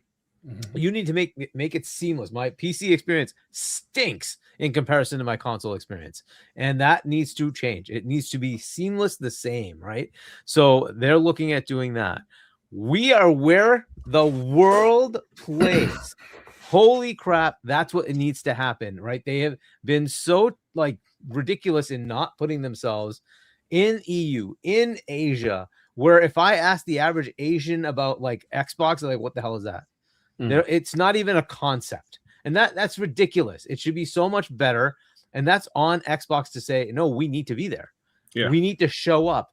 Look, I'm not gonna front like, you know, in the last 2-ish years or so, at least, if not 3-4 years, Phil and Sarah were out in Tokyo trying to establish a foothold there. Right? That's good. That's one. You need to do much more. So they're trying to expand. Like, was it last year when they were like, we really went out in Gamescom in Germany? You need to keep doing that. You need to keep pushing. It's got to be everywhere. It can't just be US focused. It's got to be, yes, US matters, but you got to go everywhere. If the average person in EU doesn't even know what the heck an Xbox is, you're not getting sales. They need to know you exist. It's just the way it is. If all they see is PlayStation, guess what they're going to buy? PlayStation. It's just so obvious, right? So you need to do that. Why do freaking Coke and Pepsi put their advertisements everywhere? Because nobody knows what a Coke is. Everybody knows what a Coke is. No, it's to entice you to go buy the Coke. That's it. It's just that simple. If it's in your mind, you're going to get it. That's it. So they need to do this. They need to. I love these statements. Yes, where the world plays, which means your target audience is the planet, not just US. It needs to grow. You want to grow? You got to grow. You got to actually advertise and put yourself everywhere. That's awesome. Daily active players. We're not looking at somebody logged in for 10 minutes for a month. We're looking at how do we get your eyeballs away from TikTok? How do we get your eyeballs away from PlayStation, from YouTube, whatever it is? When you're playing, we want you staying on there and playing. We don't want you to move something else and then you never come back. No, we want you to keep playing. That is a major change. That's good. You want to see them strive for that. They know what's happening. Most people are watching like us right now. They're watching us instead of playing. They want to have that change. Fair enough. It's going to be affordable. Can you imagine those words today? Affordable. Affordable. Okay. How's that happening? That's a bold statement today. That's a bold statement with $800, $900 consoles. That's a bold statement. Where's that going to go? How are you going to make it affordable? That is a massive statement. Okay, flexible pricing. Sounds like, remember we had that, like, the option to buy on a monthly payment. Remember those things? They used to have that across the globe. Oh, It all went away, right? Xbox Access. You could buy your Xbox with Game Pass for a monthly fee, right? It was like same price as buying it outright. They weren't charging you any interest or anything. It was just you paid monthly, right? Cool. Let's see if those kind of things come back. I'm sure they're looking at other options too, but these are big things to start looking at again. The experience will adapt to you, letting you customize how you play. Awesome. Helping you find what you love. These are interesting things to look at. So all sorts of fun things. Also for creators, a lot of the next generation of people, they like to create worlds and play in that world with their friends. Fair enough. They want to be there. But look, they already have one of the biggest ones, Minecraft. They already have it, right? So they can just keep expanding on that. That's great. They have other potentials there. Awesome, right? So a lot of cool things said in just these couple of paragraphs. So what do you guys think? Oh man, it's a lot there, bro. I mean, globally as important. I think that the interesting thing too was the North Star about daily active players, because that's just a core fundamental metric that they're going to use to judge themselves, and that's changed. You know, I forget what they were using before. Originally, back in the day, it was console sales. Then it was like number of like users, right? Then at some point it changed to what was the last metric that they were using? It was like play hours and MAUs, right? Yeah. MAUs. Yeah, monthly active users. Subs. Yeah. So like daily active users, it's like saying like how engaged basically people are like playing every day, you know, and like it's funny because like we always will share like Steam concurrent player numbers and daily player counts and all that kind of stuff or metrics on social media, you know, and now it's like Xbox is like, hey, validating that's like matters with the daily active users. I'm curious how far that extends, because like anywhere that any of these games are that are multiplayer, you have to have an Xbox account. So even if you're playing on PlayStation, wherever, you're still like logged into Xbox, right? So will they count people on other platforms for the daily active users? Because I think they've been doing it for the 500 million monthly active users or whatever. 100%. Yeah. So it's interesting that they changed it just for that reason. But I don't know, man. There's a lot of things in that paragraph. I think the most interesting things is just in the principles down below, which we're going to get to later, I guess. But prioritizing hardware is very important. Now, I don't necessarily know how they're going to approach the affordability within the hardware space in this day and age, right? So does affordability translate more to the services? You know, Game Pass and how they're doing the different options for bundles and stuff like that, or does it go into like other services they might end up coming out? Is it about the cloud? You know, like the Discord thing that they just sent out. That they just leaked. Dave. If you look at that statement, I think you're onto it, Mav. That's what they're saying. Yeah. Like the Discord thing, the starter edition, right? Like you get, if you're a Discord Nitro user, you're gonna get that. Right, and you know how many young people and stuff are just using Discord Nitro? They like tons of them. So you're going to all have access to like some Game Pass games. That was a brilliant idea. So to your point, console is at the foundation, delivering a premium experience, and cloud brings that experience to any device. Right. So that might be their way, right? For affordability. And I think it's very important too, because this is how I've been saying that they should have been marketing cloud and stuff like that to begin with, is because they almost treated them as their own. Hey, we're growing in this, we're growing in cloud, we're growing in this, we're doing this, you know, and it's like it missed the point of all. You have to have the foundation really strong and then give that experience to other players, you know, because like you can't just have this experience over here, this experience over here, this experience over here, and keep judging all those different things. Again, you're diluting everything. Build the core, the console should be at the foundation and the strongest point where the experience is the best, and then you have to give access to that experience at a cheaper price, not a shittier experience, right? Not a worse experience, not something else. You got to have that experience available at a cheaper price for people. So building that up and how she's just even wording it that way, her messaging is a million times better than the last few years.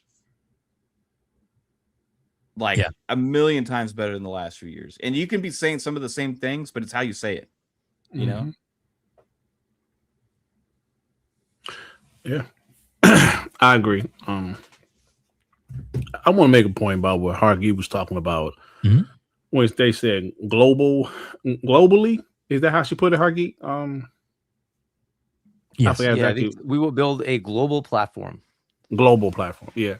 You mentioned some places where Xbox just isn't. Some people in the chat mentioned my WBG partner Joey Phantom Kraken. He lives in Panama, and he said Xbox has nothing. I mean, it's just a PlayStation area. When they want to play a video game, they get a PlayStation. Xbox, they're pretty much non-existent there, and that's on Xbox, right? So if she's saying things like this, they have to get out there, because somebody in the chat put North America, UK is like, those are the only places that pretty much sell Xbox. Of course, like there's some other places like Mexico and some things like that.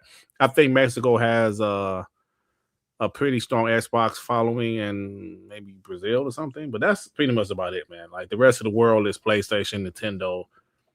So they gotta start somewhere. And you know, things that she's saying, I appreciate, because she's saying some of the things that we've been thinking about for a while.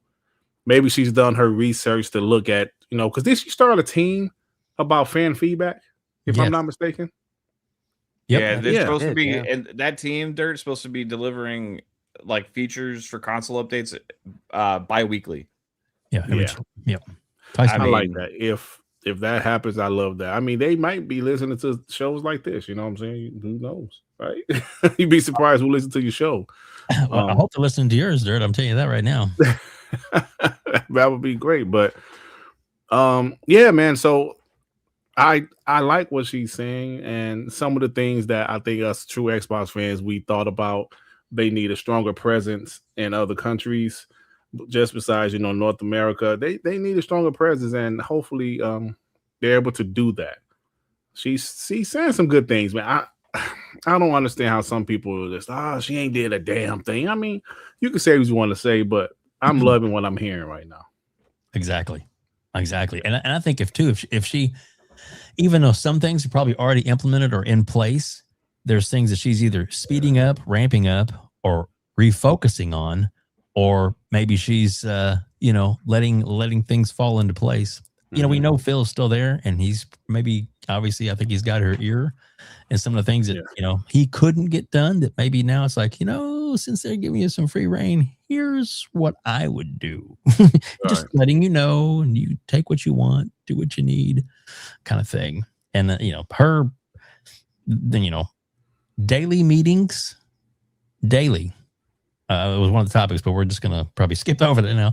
But one of the daily meetings on the Helix, every day they talk about the Helix and have meetings with, you know, where it's at, what's going on, what achievements have been reached, what milestones have been ready to go, you know, for launch, whenever that is, and also the current consoles.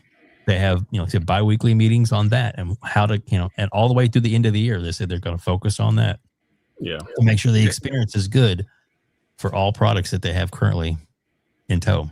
So do you guys think, with the wanting to potentially be more affordable, get the price down or whatever, do you guys think they could be looking at making Helix a little bit more closed off than it was before, to limit other storefronts? So that way they're forcing people into Xbox PC / Xbox console stores. You know what I mean? Or the one store, it'll be all one at that point. But like, because if the Steam machine is going to be out there, right? Yep. So if people want to have a Steam machine, they can buy a Steam machine.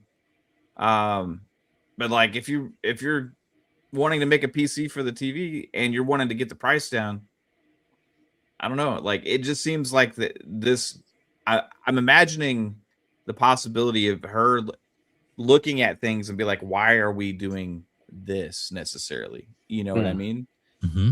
I just think all things are possible now. Yeah. I wouldn't think, I'm not saying they should do it or shouldn't do it. I'm just saying anything can happen right now when she's reevaluating all of this stuff. And for Helix, like Steam is your biggest competitor. Like it's not PlayStation. For Helix, Steam is your biggest competitor. The Steam machine is going to be out there, and you're going to have the competitor's storefront on your machine, right? Like, I don't know. What's that, like? I don't know what the plus and minuses are of both, but I do know if you force people into your store, it makes it easier to subsidize. But you got to sell enough of them, also. Yeah.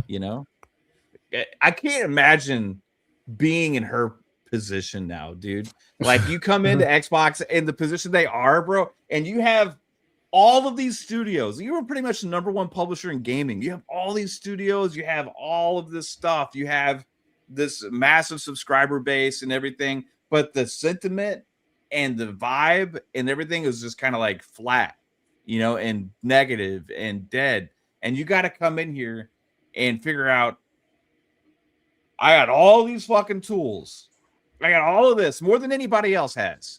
She has more tools at her disposal than anybody else in the entire freaking industry. And we can all thank Phil Spencer for that. Mm-hmm.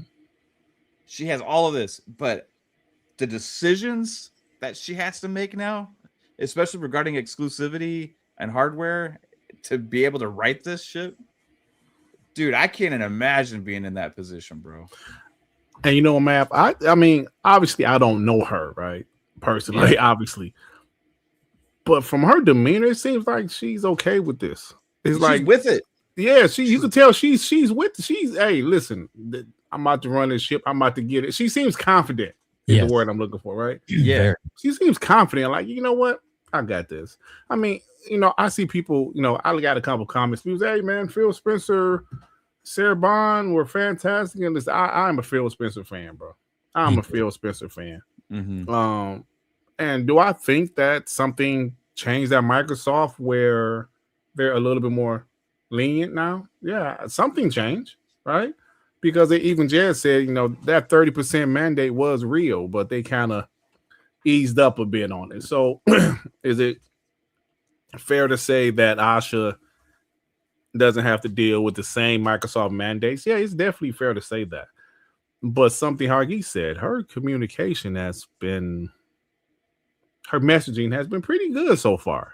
What I'm saying? It's still early, obviously. It's still early.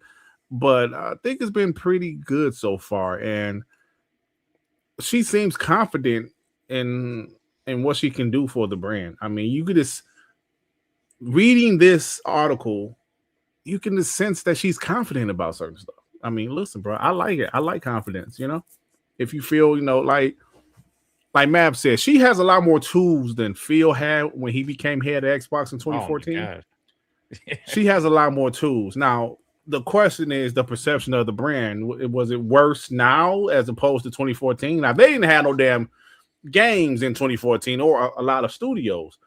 And the brand was still, it was still coming off the Xbox One launch. It was still a little, bad things about the brand. But Asha has so many more tools than Phil did, bro, because the first party content is insane. They didn't have that type of output back in 2014. So we'll see what she does with it. I know you got some more to read, Hargeet, but so far I'm liking what I'm saying. Me too.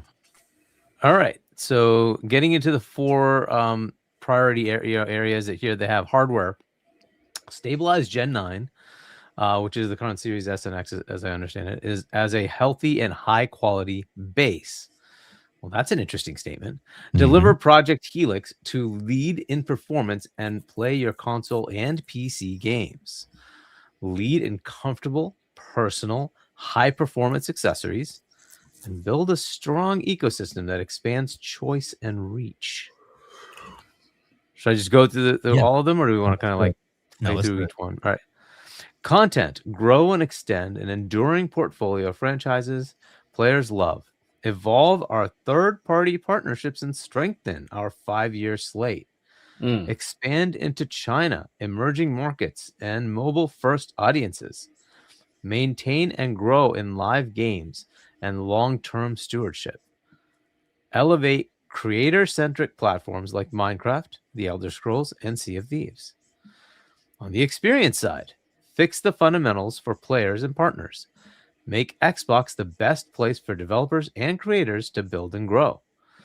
Overhaul discovery, customization, social, and personalization to connect the community. And then in services, fortify Game Pass with clear differentiation and sustainable economics. Interesting. Return the business to durable growth with strong cost discipline. Make cloud play feel native, fast, and reliable across TVs and low-cost devices, and then use mergers and acquisitions deliberately to accelerate growth where organic paths are too slow. Along the way, we will reevaluate our approach to exclusivity, windowing, and AI, and share more as we learn and decide. Yeah, that's a lot right there. Hargeet, go ahead. All right. Yeah, I haven't really spoken about much of any of these things, right? So, all right. So, as far as like sort of the tone of what we're doing here with the hardware content and all that, so stabilizing Gen 9 to me, I mean, if we're going into a next gen next year, you would think that's not something they care about. No. Gen 9's sticking around for a while. That's basically what they're telling you. That's going to be your base, and it's sticking around for a while. Absolutely. And they're going to keep selling you those Series S and Xboxes because they're going to be cheaper. And don't expect Helix to be that cheap. That's how I'm reading that. Helix will be a premium experience. Yep. It'll be a premium experience, lead in performance. So some of those specs might be true that it is really crazy how much performance it has. Player console and PC games. Okay, very cool. Accessories. Yes, we need to see some more stuff there. So cool that they're still focusing on that. Awesome. And then a strong ecosystem, which they already have, but I guess to expand that with more, right? That's great. Content, of course, keep doing more. Evolve our third-party partnerships and strengthen our 5-year slate. I think this is basically them making games with other partners, right? And like we got Ninja Gaiden, et cetera, like they're going to keep pushing that envelope. I think that's what they're looking to do here. That's awesome. And I think a lot of that is also play anywhere. Make sure they're making the Game Pass partnerships they need to, right? Continue to do that. Expand into emerging markets. China is one of them, but there were other ones in Africa, India. There's Korea, getting bigger and bigger. Other areas in Southeast Asia. Great, let's go, right? So they're just going to continue to latch onto that. I assume there's stuff happening in LATAM as well, so we'll see how that grows. And then the mobile first side of it, they do have to look at the mobile side of it. They have King already, which is great. So they have an entire publisher whose intent is entirely mobile, and they can keep looking at ways to take current IP they have or new stuff and start expanding on it. That's a great move as well, since that's where a lot of money is made these days. Live games, long-term stewardship. I think both of those are important. Live games do matter, and they have several of the biggest ones, which is great for them. They also need to make sure that their current IP is handled correctly. Halo anyone? Sorry, Halo anyone? Okay, so they need to do some better jobs there. But anyway, they're going to continue to move Minecraft, Elder Scrolls, and Sea of Thieves. Nothing shocking there, right? They're going to continue with those. Experience-wise, look, to me, the experience is really fragmented between the console and PC. They need to fix that, right? So they need to fix some of these minor things here and there, but they matter, and the experience should be seamless and clean no matter where you are. So they need to work through some of that. The discovery, customization, social, and personalization stuff, there's a lot of cool things they can do there. We will see where they go with it. Fortify Game Pass. They have a lot of work to do here too. They're talking about it. There's some exciting things coming that we can get into if we want to go into Game Pass specifically. Durable growth. This is one that concerns me. strong cost discipline could mean efficiency. That's fine. It could also mean layoffs. Not happy with those, but sometimes needed. Fine, fair enough. But that is one that is a little concerning. But hopefully they do that by streamlining their processes and sharing as much as they can to make game development and getting across the finish line easier, right? All right, cloud play. I don't give a crap. Use M&A. So M&A is another interesting one. It's in services. It's not in content. And since they're putting it there, I'm going to say that this has more to do with either cloud. It could be one thing, but they have a lot of cloud tech,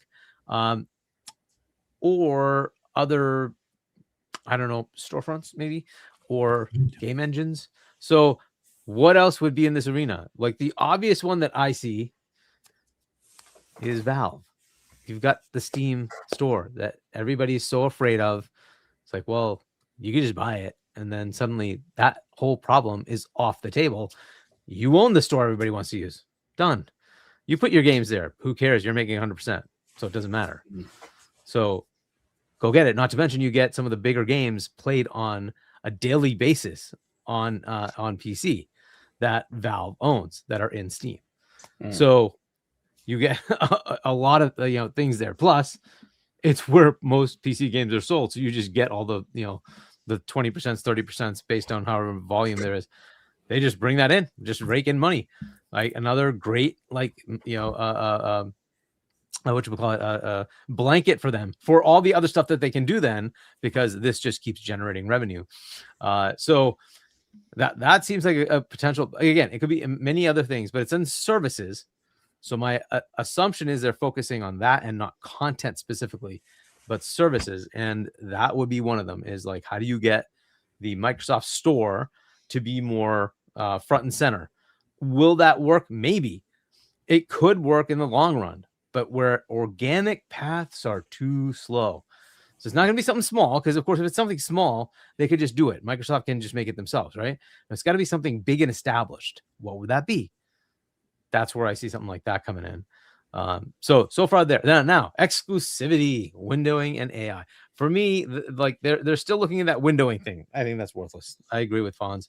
You either do it or you don't. Right. So if you're going to be exclusive, you're exclusive. Because if you just do this like, oh, it's going to be there in a year, we just won't tell you. People are not dumb. They're going to know. They're going to figure it out. Oh yeah, it's coming there in a year. Fine. I'll just wait. Right. So like, what is the point? So you either say, no, it's not happening. This is staying here, period. Fair enough. Then it's an exclusive. Now, again, I do not care about exclusives. However, we did run that poll in a couple other things last weekend, right? And people care. Oh my God, people care. The amount of percentage of people who cared about exclusivity is like in the 70% range. It's crazy. So like, if that's the like customer base, then you have to answer to that. Now, if it's exclusivity, to me, it's you don't bring it over to other platforms outside of PC. Obviously, it's going to go to PC. Right. And sorry, if you're on PC, you have to be on Steam. That's unfortunately just the way it is. So they'll have to take that hit unless they go buy Steam. Just buy it and be done with it. Yep. But that would be the thing to do. And so if they don't want to do it, that's fine too. Right. I don't care. It's fine. But I'm just going with what the community wants. They want it big time. It wasn't small. I thought it'd be like 15-20% care. No. It's like 70% care. I'm like, holy crap. You can't ignore that. Unfortunately, you just can't ignore that. You can't. Right. So if that's how many people want it, you got to answer to it. So we'll see what they do. Ultimately, I think they're going to have to figure out the economics of it. Good, bad, or indifferent, it also seems like the majority of games they put over there have not exactly sold well. If the numbers we see are true, we don't know that. But if the numbers we see are true, it doesn't seem like they're making a lot of revenue from those. If they're not, maybe it ain't worth it, right? And they're going to have to figure that out. Now, it's Microsoft. Could they sustain that? 100% they could sustain it. They just want more money. They want more profit. So they're like, oh, I can make more money there. It's the same thing with PlayStation. Why do they need to put it on PC? Because they just want money. That's it. They just want to make profits.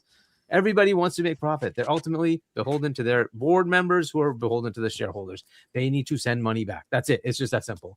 And so they could say, well, we don't think we need to do that anymore because the rest of the Microsoft business is making plenty of money. We don't need to worry about that here. You can cut down your profit margin a little bit and stay here. Fine. Right. That's a choice for them to make. So I don't know how Asha's going to approach it. So we will see. But those are the kind of things I'm seeing there with exclusivity. AI is interesting how they put it together, right? So there could be cool things, it could be bad things. We will see. It's up to them to kind of integrate correctly. It's so far from her wording, it seems like she gets it. We don't want the intrusive crap. We want something that actually helps us. The gameplay gets better, that kind of thing. Fair enough. The game development process gets better. Fine, that's good. But we don't want to have like Copilot come up all the time and it's like, no, stop. Like it's got to be something that we choose when we need it, and it helps our gameplay, and it's embedded inside the game in a way where like my conversation with an NPC is actually something useful instead of some like pre-generic crap. Those who play Crimson, my baby called me Pa for the first time. You hear that like every 52 seconds.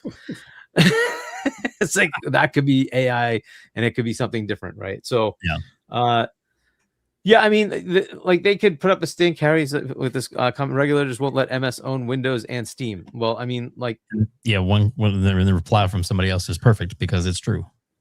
Regulators, Steam is a private company. They can sell to whoever they want. It would still go through regulatory approval. That's true, yes. Right? Mm-hmm. But the question is why? Like, what would be the downside to that? So it's selling software on their OS, right?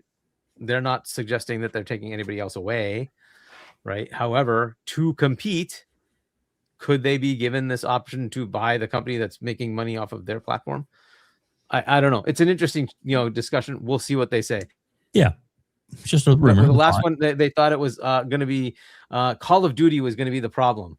What did it turn out to be? Cloud was going to be it wasn't Call of Duty at all. Like everybody thought Call of Duty, oh my God, it's called, how was it going? It had nothing to do with it. It had to do with cloud. I'm like, okay, fair enough. So we don't know. The regulatory environment right now is actually kind of in their favor. So we'll see if that's a problem. But either way, your thoughts, Dirt? What do you think? Well, I mean, you said a lot there. I mean, I kind of agree with everything you said for the most part. As far as buying, I mean, I guess buying Steam would be something that would be very interesting. But yeah, I mean, I don't know, man. It's we're at the point where we're just speculating. At the end of the day, we just I think the majority, I would say, like what she's saying, like what she's doing, like her vision, right? Mm-hmm. But it's kind of a let's wait and see game because it seems like every week there's been something positive for the most part. Yeah. You know what I'm saying? For the most part. Yep. Call of Duty being taken out, that was a negative for some people. For others, it's like, hey, do what you got to do. But yeah, But to your point, Dirt, like it's the enthusiasm is just changing. Right now, we're talking about acquisition season again, right? Like everything just keeps changing to like, oh, there's more fun, there's more something to talk about. Let's talk about this cool thing that could happen, right? That's it's just been like 2 months, and she's like going crazy with all these things. Yep. Max City, come on, bro. Cloud is the reason they raised the price of Game Pass, but people keep on thinking it's COD. Come on, bro. Well, COD was definitely responsible for $2.50 of it because that's what PC Game Pass went down by. The rest of it, I'll get into my spiel about stupid Game Pass. But anyway, have your thoughts on this piece? I think the M&A thing is interesting because it's referring to the services, right? Mm-hmm. I don't think that necessarily means Steam, but is that a possibility? It's been rumored in the past that they were interested at some point, but I don't know if they would get it approved if they went that direction because they're directly competing against them and the storefront side on PC, and they may look at it as like too much of a monopoly in the PC storefront on the software because they're on Windows, right? Mm-hmm. But that would be the argument that they would make trying to battle against it. But I look at it more so of like services potentially for like community services or like back end stuff, like things that won't necessarily be like super like forward facing to us, but like help them to optimize the experience better. And like, let's say they want to develop a new game DVR technology type thing or something, or they want to develop like enhanced cloud, improve it even more, or different things like that. Are there companies that are experts at some of these services that they can just acquire to help implement these technologies or whatever, as opposed to sitting there and having engineers spend years trying to create something, when I look at services, that's kind of where my mind goes to on that. And, I look at things like Discord, like how they're having that deal that with Game Pass right now. And it'd be interesting to see where they go. And there's like some Discord kind of startups that are trying, like competitors that are trying to have like, oh, we want to compete with Discord and, and doing all these things. So like, could they target one of those companies that's already invested time in the technology without having to go buy Discord themselves to have a lot of the same implementations native with the Xbox app, so stuff like that. I also think about like stuff that they've gotten rid of over the last couple of years. Mm-hmm. Now we know like transmedia is becoming a huge thing with Xbox and also other gaming companies, with especially with Xbox with Fallout, and they have the Gears stuff coming. And Xbox Microsoft got rid of the Microsoft movies and TV, Yep. Are those things open to potentially come back, especially with them looking at having their own shows and all this other kind of stuff? And at that point, if M&A is a thing, do you look at maybe diving into acquiring one of these other streaming services and tie them in? Because I'm looking at the rumors of the things that she's been doing. Okay, talking to Netflix about a potential bundle deal, talking to the Discord. So for me, it's like she wants to associate Game Pass and Xbox with these companies. So my mind's thinking is she thinks that it's valuable to the overall ecosystem of Xbox in one way or another. And in the meantime, while they're maybe making deals with these companies, are these kind of the kinds of companies, not necessarily specifically those ones, not Netflix or Discord necessarily, but are these the kind of things that they could also look at acquiring so they don't have to do deals with partners for things like this, and they could be all Xbox, right? So maybe Paramount, somebody said it in my chat the other day, like with there getting WB, like all of that kind of stuff down the road, that would be insane, but overall, man, there's a lot of interesting stuff there. Again, it's just the right energy though. There's really nothing much more to say other than the right energy behind all of what she's saying. I like where it's all directed. Cloud's important. I think more important than people realize, especially with the cost of hardware going up and up and up. I don't think it's going to stop anytime soon. And I think like 10 years from now, a lot more of us will be playing in the cloud than we think. I agree. So I think getting that technology and improving that to be as good as possible is a super important thing that she's going to have to tackle. So yeah, that's all I got on that one. No, I got it. Hargeet, I'm going to kind of make a judgment call as we are coming up on some time. We are going to read this last part, and then there may even be a little more after it. But I want to get to these talking points. The We Are Xbox, her 10 points, and then we're going to go around the horn, read super chats, and get on out of here because I know Dirt's tired because he's been driving most of the day, and I don't want to eat up everybody's time. Look, I greatly appreciate each and everybody that's here watching us live, but I also want to be considerate of the panel members as well too in their time, which we are greatly appreciate you guys taking the time to join us tonight. So and then I know there's some other topics, but you know what? I'd rather have topics we leave on the table and come back to them next week than to be sitting around talking about nothing. So anyway, Hargeet, I'll let you go for it. All right. We are Xbox, another bold statement. To achieve our master plan, the way we work must transform. Our best work happens when the full stack moves together. Microsoft Gaming describes our structure, but it does not describe our ambition. So we are going back to where we started and changing our team's name. We are Xbox. We are a high agency culture where wild and wonderful ideas thrive.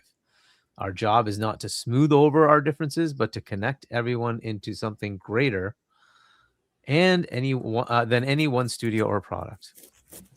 We have to be honest about where we are. We're a challenger, and meeting this moment will require pace, energy, and a level of self-critique that should feel uncomfortable. At our best, and these are a nice list of interesting things here. Earn every player, protect our art, stay rebellious, progress over perfection, signal over ceremony, core before more, outwork the problem, speed is learning, makers over managers, and clarity is kindness. Over the last 5 years, Xbox and the industry have been through an unimaginable amount of change. This team has continued to deliver through it for our community.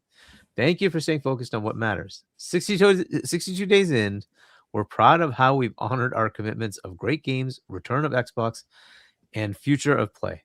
We're here to do the most creative and courageous work of our lives, and that's what we'll do together. Yep. Gratitude, Matt and Asha. And Asha. Yeah. Yep. All right. So let's actually let's go to Mav first on this, and then we'll go to Dirt, then Hargeet, and then we'll wrap it up. Again, I'm not trying to cut it. If you guys talk as long as you want to, but I know it's been a long show already, and I greatly appreciate your time and I respect it greatly. So I'm just saying to you guys, but talk as long as you want to. I just want to make sure that you guys are aware that I'm gonna spend 15 minutes on each one. You go right ahead. Each of the 10. Thanks, guys. It's a wrap. And we're out. I'm just kidding. No, we're good, man. Dude, I think, like, overall, though, this was the most important section for me, just because it talks about principles, right? And principles is how she sees things the way they should be ran, which is like when you're looking at any manager or CEO or anything, what are their core principles that are going to kind of form the foundation of how they operate? And what is the things going to be that funnel down to the identity and like how studios approach things, right? Because you can have one manager at a freaking Arby's, you know, and everything is horrible, you know. Then you have this different manager comes in and they fix everything, and it's just because of the person, you know. Like management's important in anything, Absolutely. right? Head coaches, you know, sports, you know, owners, you know, general manager, like. All these things matter. Culture matters, right? This is culture, right? And this is the culture of Xbox. It's the principles of the culture that she's talking about here, right? And like I'm just gonna run through them real quick. Earn every player. Yeah, you can't just be there for players and expect them to use your shit. You got to earn the desire for them to want to use your services and play your games, right? So it doesn't matter how many places you are. It doesn't matter how many billions of gamers out there have access to your services. If you're not earning those players, you're not going anywhere, right? Protect our art. I think she threw that in there for AI stuff, you know, like, hey, we're protecting our art, but also I think also preservation, talking about also like protect the industry in general, like kind of like do things that are best for gaming. Stay rebellious, super important. I think that is ultimately like what the core foundation of the energy. I think the green logo was the symbol of that right there as well, putting that out there that we are no longer going to be this corporate facing thing. We're going to be Xbox. And people say it's not a new logo. Man, it looks different, dude. It's green now. It looks good. I don't care if it's the same logo that's glassified or whatever. It looks like a different logo, so that it comes across completely different, bro. Yeah. Progress over perfection. Most important thing with the actual making of the games, progress over perfection, man. Like you mentioned earlier, Hargeet, Halo Infinite launched amazing, dude. It launched amazing. And then they had like a year with barely any content updates. And then they did interviews talking about why it takes so long to get a map out. Oh, first we got to make this map and we got to send it on to testing. Then it's got to go on to this level of testing. Then it's got to go to this focus group and this research group. And then it's got to go to this other people. And then eventually we'll see if it makes the cut. And it's like, just have somebody make a fucking map. That's the way it used to be. You got designers that like Just have somebody make the map. If we don't like it, it's so cool. You'll have another one next week, and then the week after. Just have somebody make a map, bro. It doesn't have to be that complicated. We don't have to have 20 million checks and balances for every single thing that we do, and that slows progress down, right? Hey, lean, mean, let the creators do what they do, right? And signal over ceremony. Just say what you're going to do. You don't have to make everything into a big blown out thing. I learned what that means from my chat because they helped me understand it. But I think that's kind of just, hey, you're just saying what you're going to do. You don't have to make everything into this big blown out, a proportion, dramatized event thing, right? Core before more, super important. Again, that goes to earn every player. Put the core first. They will sing your praises, right? Make it the best experience possible because that is what will grow, like a ripple effect. Outwork the problem. Cool. Like it. Speed is learning. Don't worry about making mistakes. Work fast, work hard. You will learn from your mistakes that you make along the way. Like that. Makers over managers, super important. Get all the corporate shills that are running studios out. They don't matter. The money guys, the focus groups, the market research shit doesn't matter. We don't need people to dictate, hey, I think this might have this kind of effect on the industry, and therefore we should make this kind of game. Have the makers make what they want to make and have them in charge of the vision of what they're making. We don't need managers, and people that don't understand gaming making those decisions. Clarity is kindness. Just be clear with what you want, and that way leads to less frustrations, I think. Overall, important messaging across the principles that she's laying down, and I think it speaks to hopefully what is a really good culture, and I hope that transcends to all the studios and everybody there. But she's got to make it happen. She's got to actually what you saw the other day, Dirt, of the Xbox they put shit all on the walls, like on the glass, like they put the Xbox logo, and they put return to Xbox, and they put you need these principles plastered around all the studios, everywhere across the Xbox headquarters. Let it resonate with people, and I think ultimately what you can see is a good transformation. So yes, good culture. That's what I got. Good culture. Yes, that's a good way to put it. Good culture. Like I said several times throughout the show, I love that they just seem to care about the brand once again. Mm-hmm. You mentioned this earlier. Well, we mentioned this earlier. Microsoft Gaming. I remember when people would say, "Oh, they're Microsoft Gaming now. Xbox is there. They don't care about Xbox anymore. It's all about Microsoft Gaming."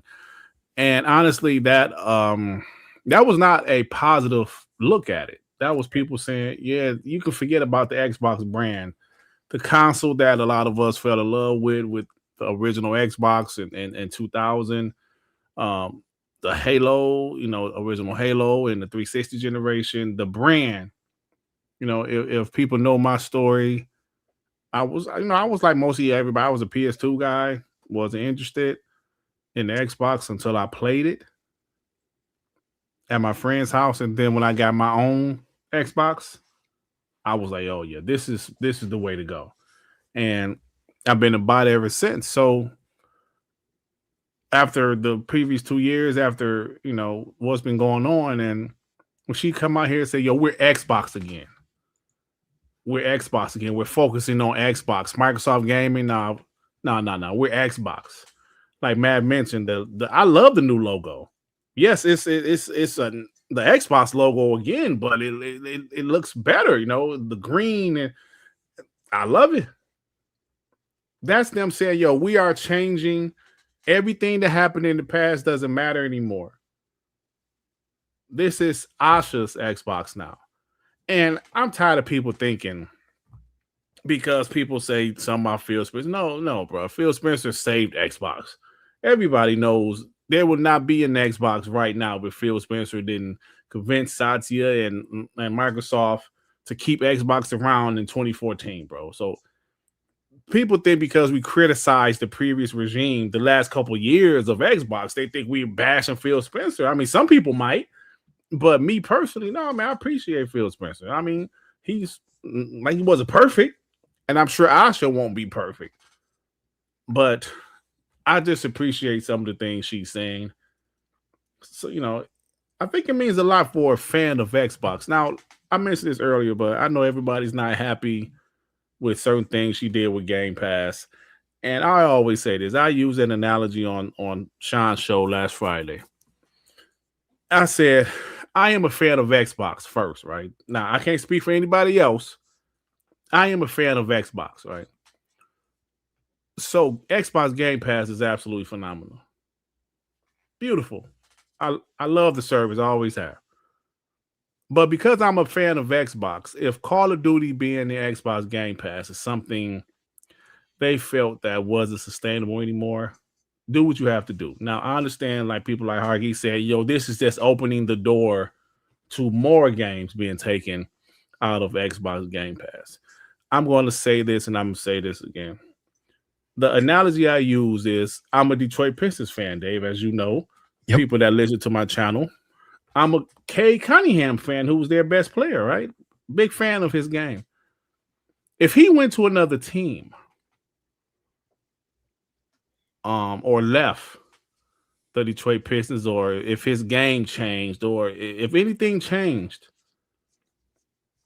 would I say F the Detroit Pistons?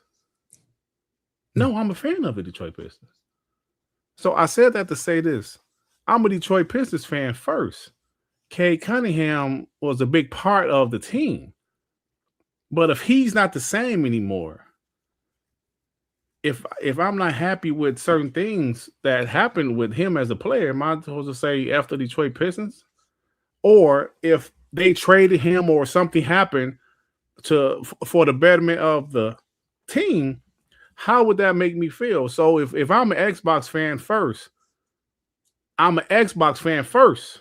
Game Pass is amazing, but if you ask me to choose which one I care more about, I want the brand to succeed. I want both to succeed, obviously, but if you're saying, we got to take Call of Duty out, sorry, we got to take it out. We will lower the price, though. I know that's kind of like, they open up the door to take more games out.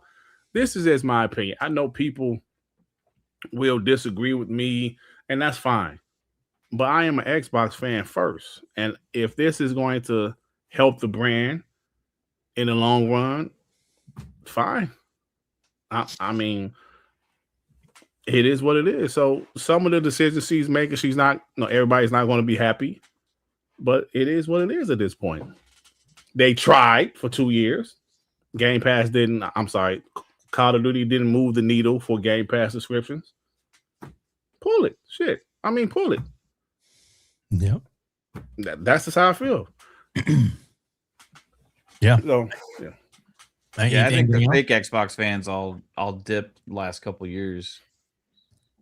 Yeah, so like Map, I just used the analogy about my Detroit Pistons. I don't know if you follow basketball, but the last couple dude. My name is Mav because I'm a huge Mavs fan, dude. Bro. There you go. So your team is struggling this year, but you still have a bright future. You get Cooper Flat. Bro, 2 years ago, the Detroit Pistons won 14 games. Yeah. One of the worst teams ever. Lost 28 straight games. Now this year they won 60 games 2 years later, right? Yeah. So I am an Xbox fan first. Will I agree with all of their decisions? Of course not. But am I going to jump ship every time they do something I don't agree with? No. And like I said, sometimes things work, sometimes things don't work. They tried it, it didn't work. We have to pivot. That's a part of life. Yeah. There's a difference too between jumping ship and being extreme, though, as opposed to just like asking questions or wondering how it's going to play out or being. No, that's fine. You know what I mean? Fine. Like, it's like, oh, that's interesting. And it's kind of like, for me, it's like, I don't feel either way about it. Hey, awesome, because my price dropped, but hey, I'm going to have to buy that game now. You know what I mean? So it's like, I got the price drop, but I have to buy the game.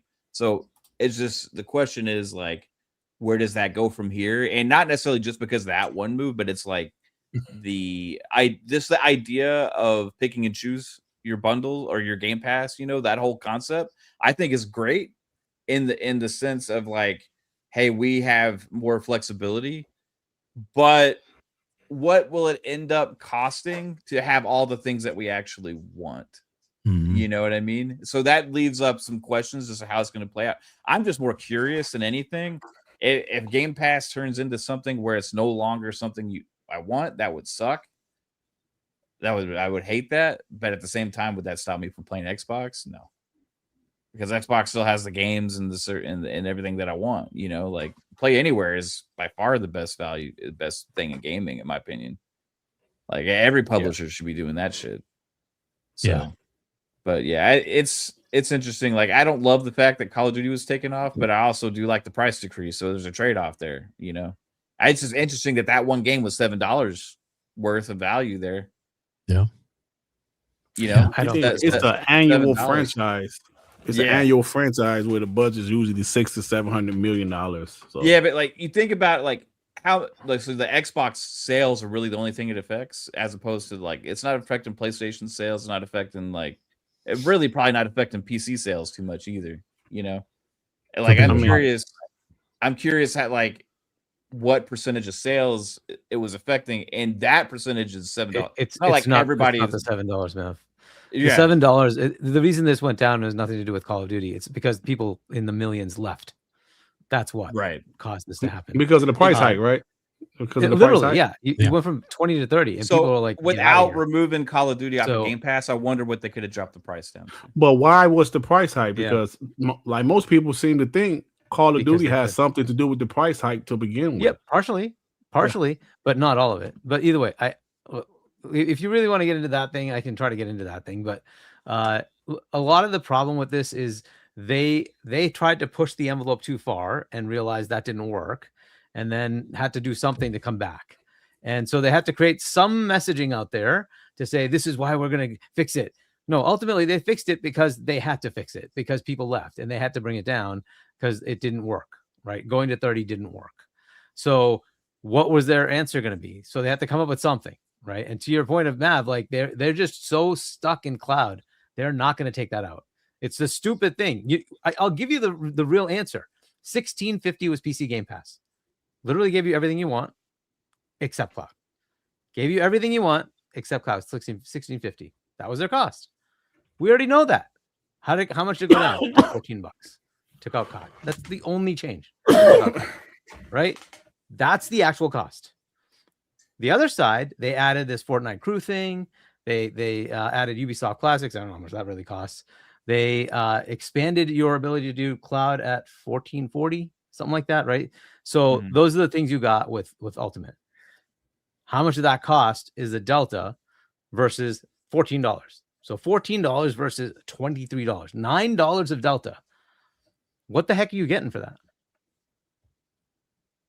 Right, and how do they perceive specific values to the different aspects that they're going to have for the kind of create your own bundles, you know? So that's going to be very interesting. Do they eventually have like another tier where it's like the top tier games, and it's going to be like extra $10 a month for the top tier games? And I think that's what's going to end up happening, right? So like Call of Duty is the first. There will be others. That's almost given. 4 games, it's gonna happen, right? So the question is when and which games, right? So, and then to your point, Mav, it probably will be like hey, do you really want those AAA expensive games? Pay the extra $10 a month, right? So then at that point, if you want all those, are you end up paying $35 instead of the 30? Exactly. You know, it's going to be interesting to see how they message that, just the changes. That maybe I can remove Fortnite crew. Does that save me? How much does that save me? Because do I use that? No, because Fortnite crew is like $11.99. You know what I mean? On its own, exactly, right? Right. So, but it's not going to save me $11.99 if they remove it from Game Pass. I guarantee you that. It'll be like $3, $4. Just that. I heard it was 100% because of COD. I heard it was 100% because of COD. The price hike. That's literally how they want it to be out there. Dirt is they create these controlled leaks as a psyop to make you believe the things they want you to believe. You think they didn't know that was going to get out? They put it out. That's how it always works. So my point there is like, let's say either way, right? Like, let's say it is worth $7 to them to remove it off of Game Pass, and right? What does that mean for like another massive game? Now I well, understand that That's Call of the- Duty is annual, It's right? annual But, like, though. It's one of the biggest budget games we have. Yeah, I'm but seeing where does Max that City saying no thinking? Kai was the scapegoat? Are you kidding me? No, Call of where Duty does that- costs 700, 800 million to make every year. Where does that thinking stop though? Like, because if you can have that thought process, okay, well, this game cost me $800 million to make, or $700 if it's Elder Scrolls 6 or whatever, and it's like, well, if we end up how much are we going to lose there? You know what I mean? Like, where does that thinking end up changing and when they're evaluating things, right? It's not just about this one thing. It's just about how does this set a potential precedent with how they think about things in the future. I'm going to ask you a question. Elder Scrolls 6, right? Do you think Elder Scrolls 6 budget is $700 to $800 million? I know Halo Infinite was 500 million. Okay. Right. I know that like Final Fantasy 16s was like 700 million. Right. Final Fantasy 16 was 700 million. Yeah, that came out. That was actually from Square Enix. That was crazy news. When that came 700 million. I didn't hear that. Yeah, it came out from fucking actual reports, bro. It was 700 insane. million. Yeah. Okay. You can look it up. So are any of those franchises annual? No. But also not every of those franchises sell 20 million copies every year, right? Either. Right. So you're making my point even more now. Well, but Elder Scrolls 5 sold 60 million copies. When did that come out? In 2012, 13, something like that. So was that game budget 700 million? I have no idea what the budget was with that back then. We'd have to like research that, but it doesn't matter though, because there's also another side of this, right? We're looking at this from a budget and cost perspective.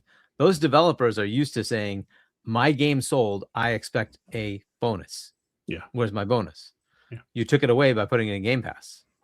Yeah. Right. And now you've given them an out. You've given them an out. You say, what Call of Duty though, you took it out, right? You took it out. No, my game doesn't go in either. They're gonna have to have the discussion now. They're gonna have to. What are they supposed to do? It's not like BGS is a joke of a studio. They're gonna come up and say, "Hey, yo, we want the same thing. Why aren't we getting the COD treatment?" I know certain studios have incentives. Yeah, absolutely. I know for a fact Bethesda didn't want to go exclusive like some of their games. They wanted to stay multiplayer because they have incentives. Some of them didn't want their games in Game Pass. We know that. Yes, at 100%. But my gripe isn't, will this happen in the future? I don't know. It's definitely possible. Will they remove some other games out of Game Pass? It's definitely possible. I would never say never to anything these corporations do. Yeah. I just want to clarify real quick. So, because I went digging back and that was debunked. It wasn't 700. It was closer to 300, with the 700 million getting confused because somebody made a post about some kind of other budget at Square as a whole. So I just want to put that out there so that I'm not putting out misinformation. So which one? What game? Square Final Fantasy 16. It was like closer to 300 million. It's still a lot of money. Yeah. But see, that's what I'm saying. Call of Duty is annual, and their games are. We've seen the budgets for Call of Duty are like 600 to 700 million annually. Yep. So I don't know if you guys heard the same thing. I heard that Call of Duty was 100% the reason they put it up to $30. That was the reason they put up to $30, and they it's still going to be an annual franchise. Now I see Max City say Call of Duty was scapegoated, bro. Call of Duty is literally the best-selling game every year, with the exception of, I think 2023 Hogwarts Legacy was. They tried it in Game Pass. They thought it would. They hoped it would move Game Pass subscribers, and it didn't. Right. A lot of people played it. Yep. Black Ops 6. It broke records as far as numbers, engagement, but it didn't move the needle. Now, it did move a day one needle. Like, I remember Satya said it had the biggest boost of Game Pass subscribers, but clearly they didn't stick around, right? So what you're saying, Dirt, is you think ultimately, though, like it's just going to end at Call of Duty. There's not going to be anything else. I would never say never, bro, because I don't know. I mean, do you think that the way that they're thinking about that, though, with, hey, take this off, it's worth this much, like drop the price? All I'm saying now, is Call of like, Duty is do you one see of them one. being? another tier later that has Call of Duty in it? That's what's on the screen right now as a possibility, as one of the rumors for one of the premium tiers being that you can pay extra, probably back up to the original amount, and then you get Call of Duty in there. That's just a rumor, and it's also from. And I'm not saying any of this is even likely. It's just about the way that was done. There is like, okay, now we are in the mode of picking and choosing, right? We're in the mode of creating the ability for you to create your own Game Pass bundles, right? So within that way of thinking, where will certain games fit into that, right? And I think the removal of Call of Duty was just the first step, right? There's to no other game like Call of affordability. Duty, though. There's no other game like Call of Duty, though, bro. There is no other game like Call of Duty, 100%. But that doesn't mean that every game is worth $7 to the price. No, I agree with that. But you could have a bundle of $10. Okay, we'll throw like these other games in that and put Call of Duty in there. You know what I mean? It's like, it's just interesting to think about. It's not saying it's a bad thing or a good thing, but it's a change. And will eventually we end up paying more for all the same stuff that we were already getting? Is that a possibility? Tier, right. So I'd rather they just kept Ultimate the way it is. Create your own bundle to make it happen, you know? Yeah, and have a different bundle for people who don't want that. That's fair, right? Yeah, 100%. So they already have one, right? Premium already does that, right? But either way, I did want to call out one piece of that We Are Xbox thing. We have to be honest about where we are. We are a challenger. That's a good thing to know, right? Because you can't act as if you're the industry leader when you're not leading, right? So they're just outright admitting it. We have to be honest with ourselves that we are a challenger. If you scroll just a little bit, you'll see that it's no, the other way, above the lines there. Yeah. So we have to be honest about where we are. We're a challenger, right? And so they have to play as a challenger, which does mean, by the way, they need to push the envelope and compete, right? And that means doing a lot of different things, right? So interesting times. We'll see where that takes them. But yeah, overall, I liked a lot of the things in here. I think Mav, you covered a lot of the one, each of the 10 items, just about exactly like how I would cover them. They're all important stuff. They're very good to look at the way that she's trying to set the values of what they do next. So it's very, very cool. Very, very cool. Yeah, absolutely. Shane G said, stop with the entitlement of all games are in Game Pass day one. Asha told you that it's over your choice to sub, knowing, hey, that's fine, bro. Like, it's gonna be interesting to see how much it costs. You know what I mean? To get all the day and date games if they do make those changes. Right now, I'm happy with where it's at. I think $22 for all the games you're getting is insane. Yeah. Like, I mean, that's like insane value, bro. Absolutely insane value. It's a question for those who like already subscribed on the assumption that you're going to get everything, and then suddenly stuff starts coming out, and you're like, okay, so that's not the greatest, right? So if 3 years from now, for instance, the next, whatever exclusive said, oh no, you know what, that costs us too much money. We know we're going to sell like 30 million copies of this, so we're not going to do it. It's like, well, okay, but I kind of expected it there. Oh well, and so that's kind of the downside to changing so they changed what you already paid for and said, we're going to remove stuff that you had promised to keep there. So it is a flip side to that argument, right? So going down in price is fantastic. However, you do have a downside. Yeah, and all this is a speculation, It's just like, true. It's interesting how now Asha steps in, right? And anything can happen. We know that the path they were on, right? It had become clear the last couple of years. That's all out the window, bro. Yeah. This is, like she said, the path that got us here is not going to be the path that takes us forward. The plan is the plan until it's not the plan. The messaging she is putting out there is expect change. Changing the way Game Pass is structured with making it more affordable for different options for different gamers. Mm-hmm. Doing like fortifying it, sustainable economics in there as well, you know, using that language in that manifesto or whatever you want to call it. Yep. Putting out there the I love the energy behind everything still, like even with the like changes, even if it doesn't, even if everything doesn't benefit me as a Game Pass subscriber, like Dirt says, the Xbox fan first, you know what I mean? I'm just curious how Where it's going things to play go. out. How's Right. it going to work? Like, what will benefit me long term as a Game Pass subscriber? What will benefit me long term as an Xbox user? How is Project Helix going to shape out now with the changes? Are they reevaluating things? Like, everything is up in the freaking air, man, and that is exciting, dude. That is exciting. Hey, can Yeah, I there's say, more. Yeah, Yeah, yeah. go Go ahead. ahead, Dirk. let me say one more thing before we leave, man. I hate to say this, bro. Game Pass is so good. And I hate to say this because a lot of fanboys been saying this for years, but I think it's pretty clear at this point now. Game Pass has been so good and is so good that it has conditioned some people to not buy games. See, that's the argument that PlayStation guys in the media was making for years. Listen, that's and that's you argued exactly why against that, Dirt. that's you were exactly saying that why bullshit Xbox buy games. That's why I said I'm hating that I'm saying this, because this is what I'm saying. This is 100% what I'm saying. Not it's really, unfortunately, only a few people. Yeah, that's what the fuck is going on. I don't buy my Xbox. It bothers I me subscribe. I'm still as an Xbox fan that want the brand to succeed and do the best it can do. And this is what I'm saying. Me saying that some PlayStation fanboys is right. Man, they're probably clipping this shit right now, man. It's all right. This is what I'm saying. This is what I'm saying.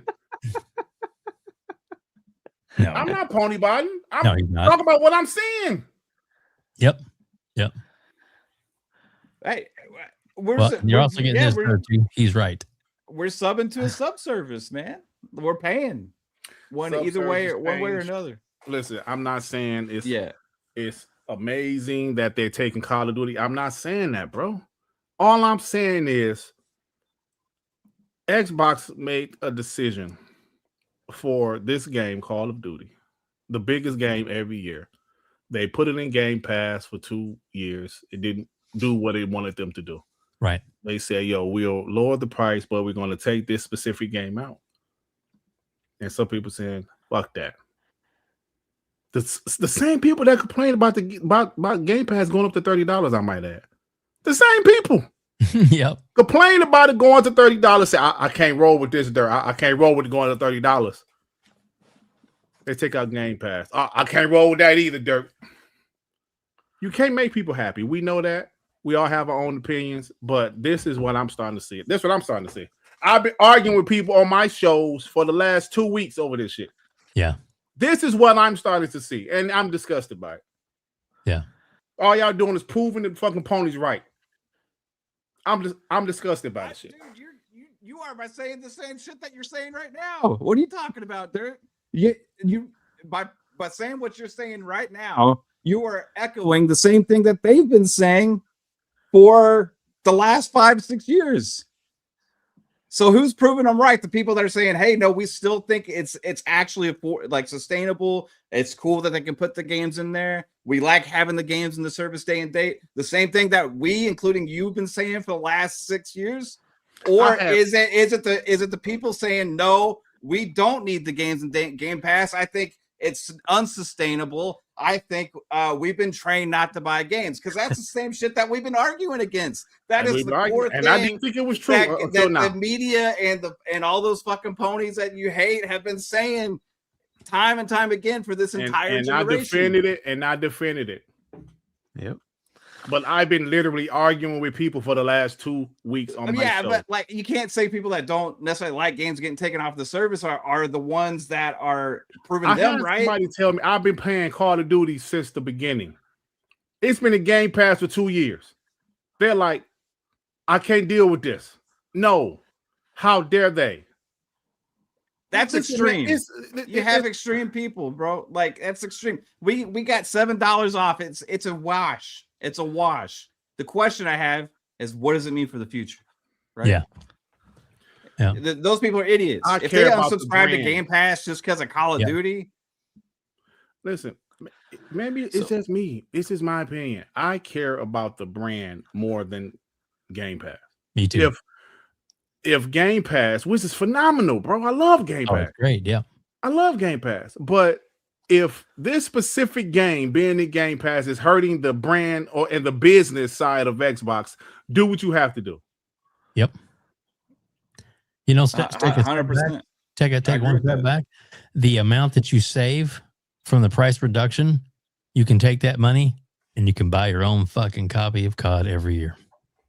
100%, Not for Dave. PC It's players. only been in Game Pass for 2 years. People act like this shit been in Game Pass for 10 years, man. Yeah, but not for PC players, right? What's that? It's $2.50 that you save. The PC players are only getting $2.50 back. Magnum says, "Dirt, I don't like this guy going." Me and Dirt are cool, man. No, it's cool, man. We listen, bro. We all have different opinions. It's all so, good. so but look, I mean, like it's solid. And Dirt, you were mentioning this in the background, anyways. Like this is gonna like basically make all those ponies correct, right? It is what it is. Microsoft has outright admitted it does not work. Period. Yeah. They've just said it. It does not work. So that's where we are. So the question is, what happens next, right? What is Game Pass going to be in 5 years? wait, ain't no Dirt, no, bro. You've been in the chat with me. They've been arguing with me for 2 weeks over this shit. They've been arguing. You've been in the chat with me. They've been arguing with me for 2 weeks over this shit. What is that telling me?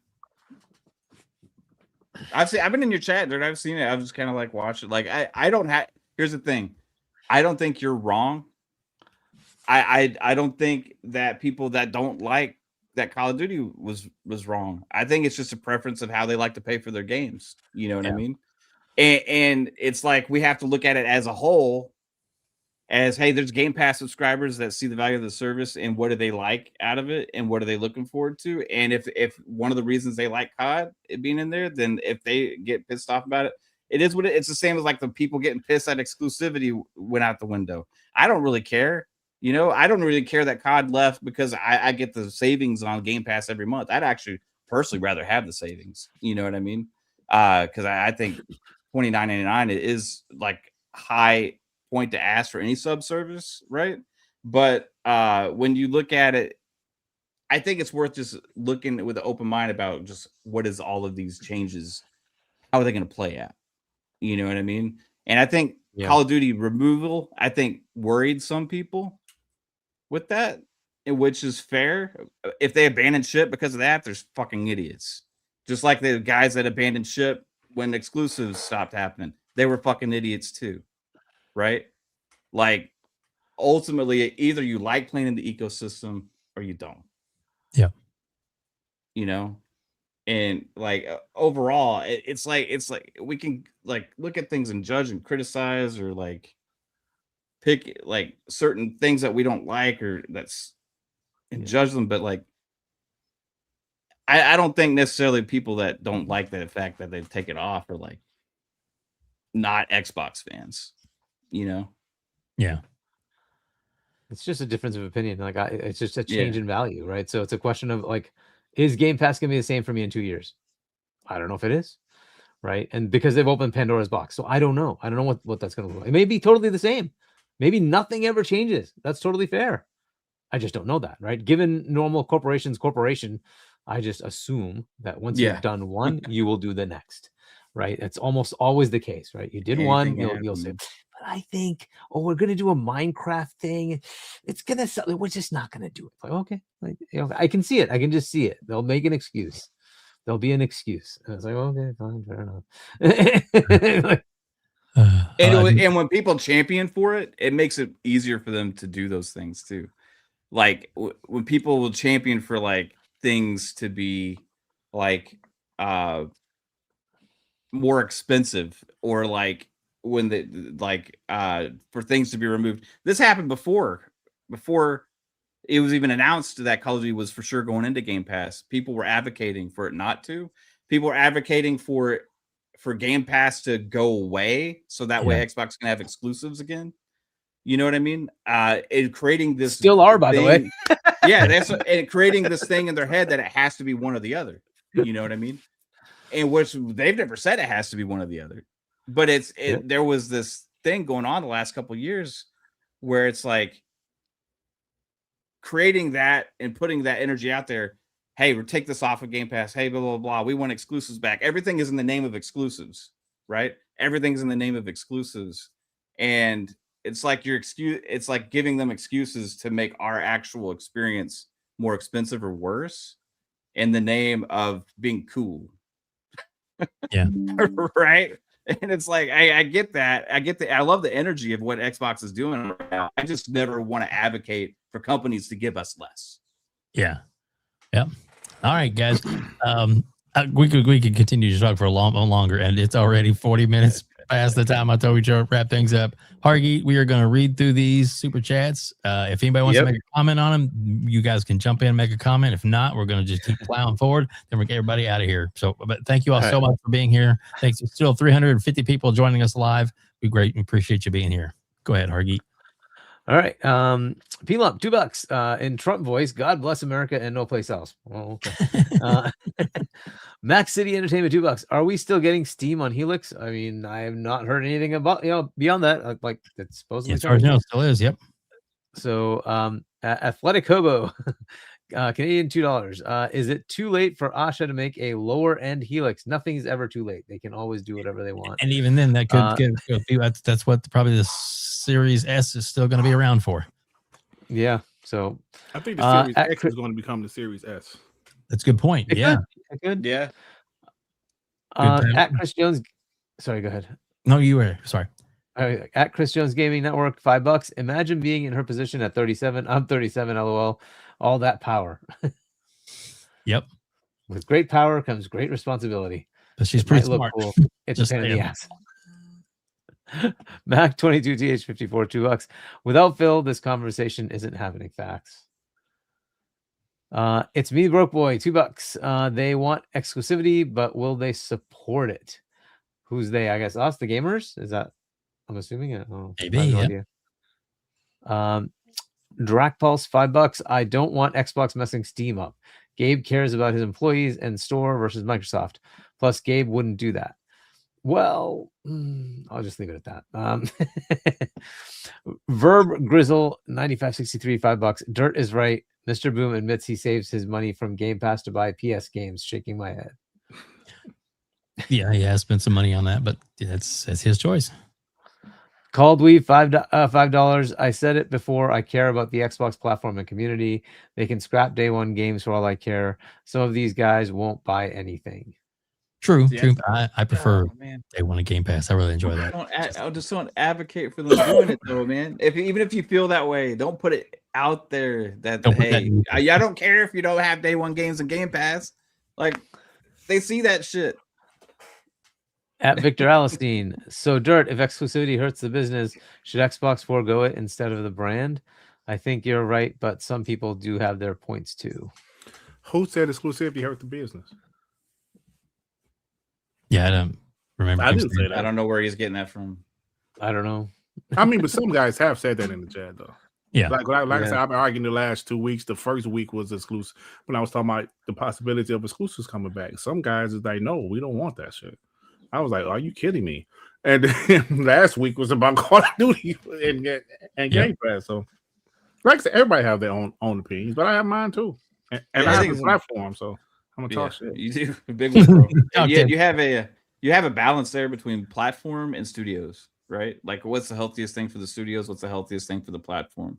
And it's like that's a balancing act. Those are the decisions Asha's got to make, bro. That's why I don't envy her decision making in these things. Yep. Is that all the super chats? All right. I'll say this one thing about Microsoft. And there's another one just came in about Microsoft and the studios and gaming today. Hello, I like money. That they do.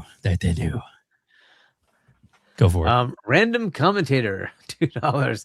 It's because we don't want dead studios like Sony. Oh damn. Yeah, it's true. Sony is hurting bad. But anyway, yeah, that's a story for another show.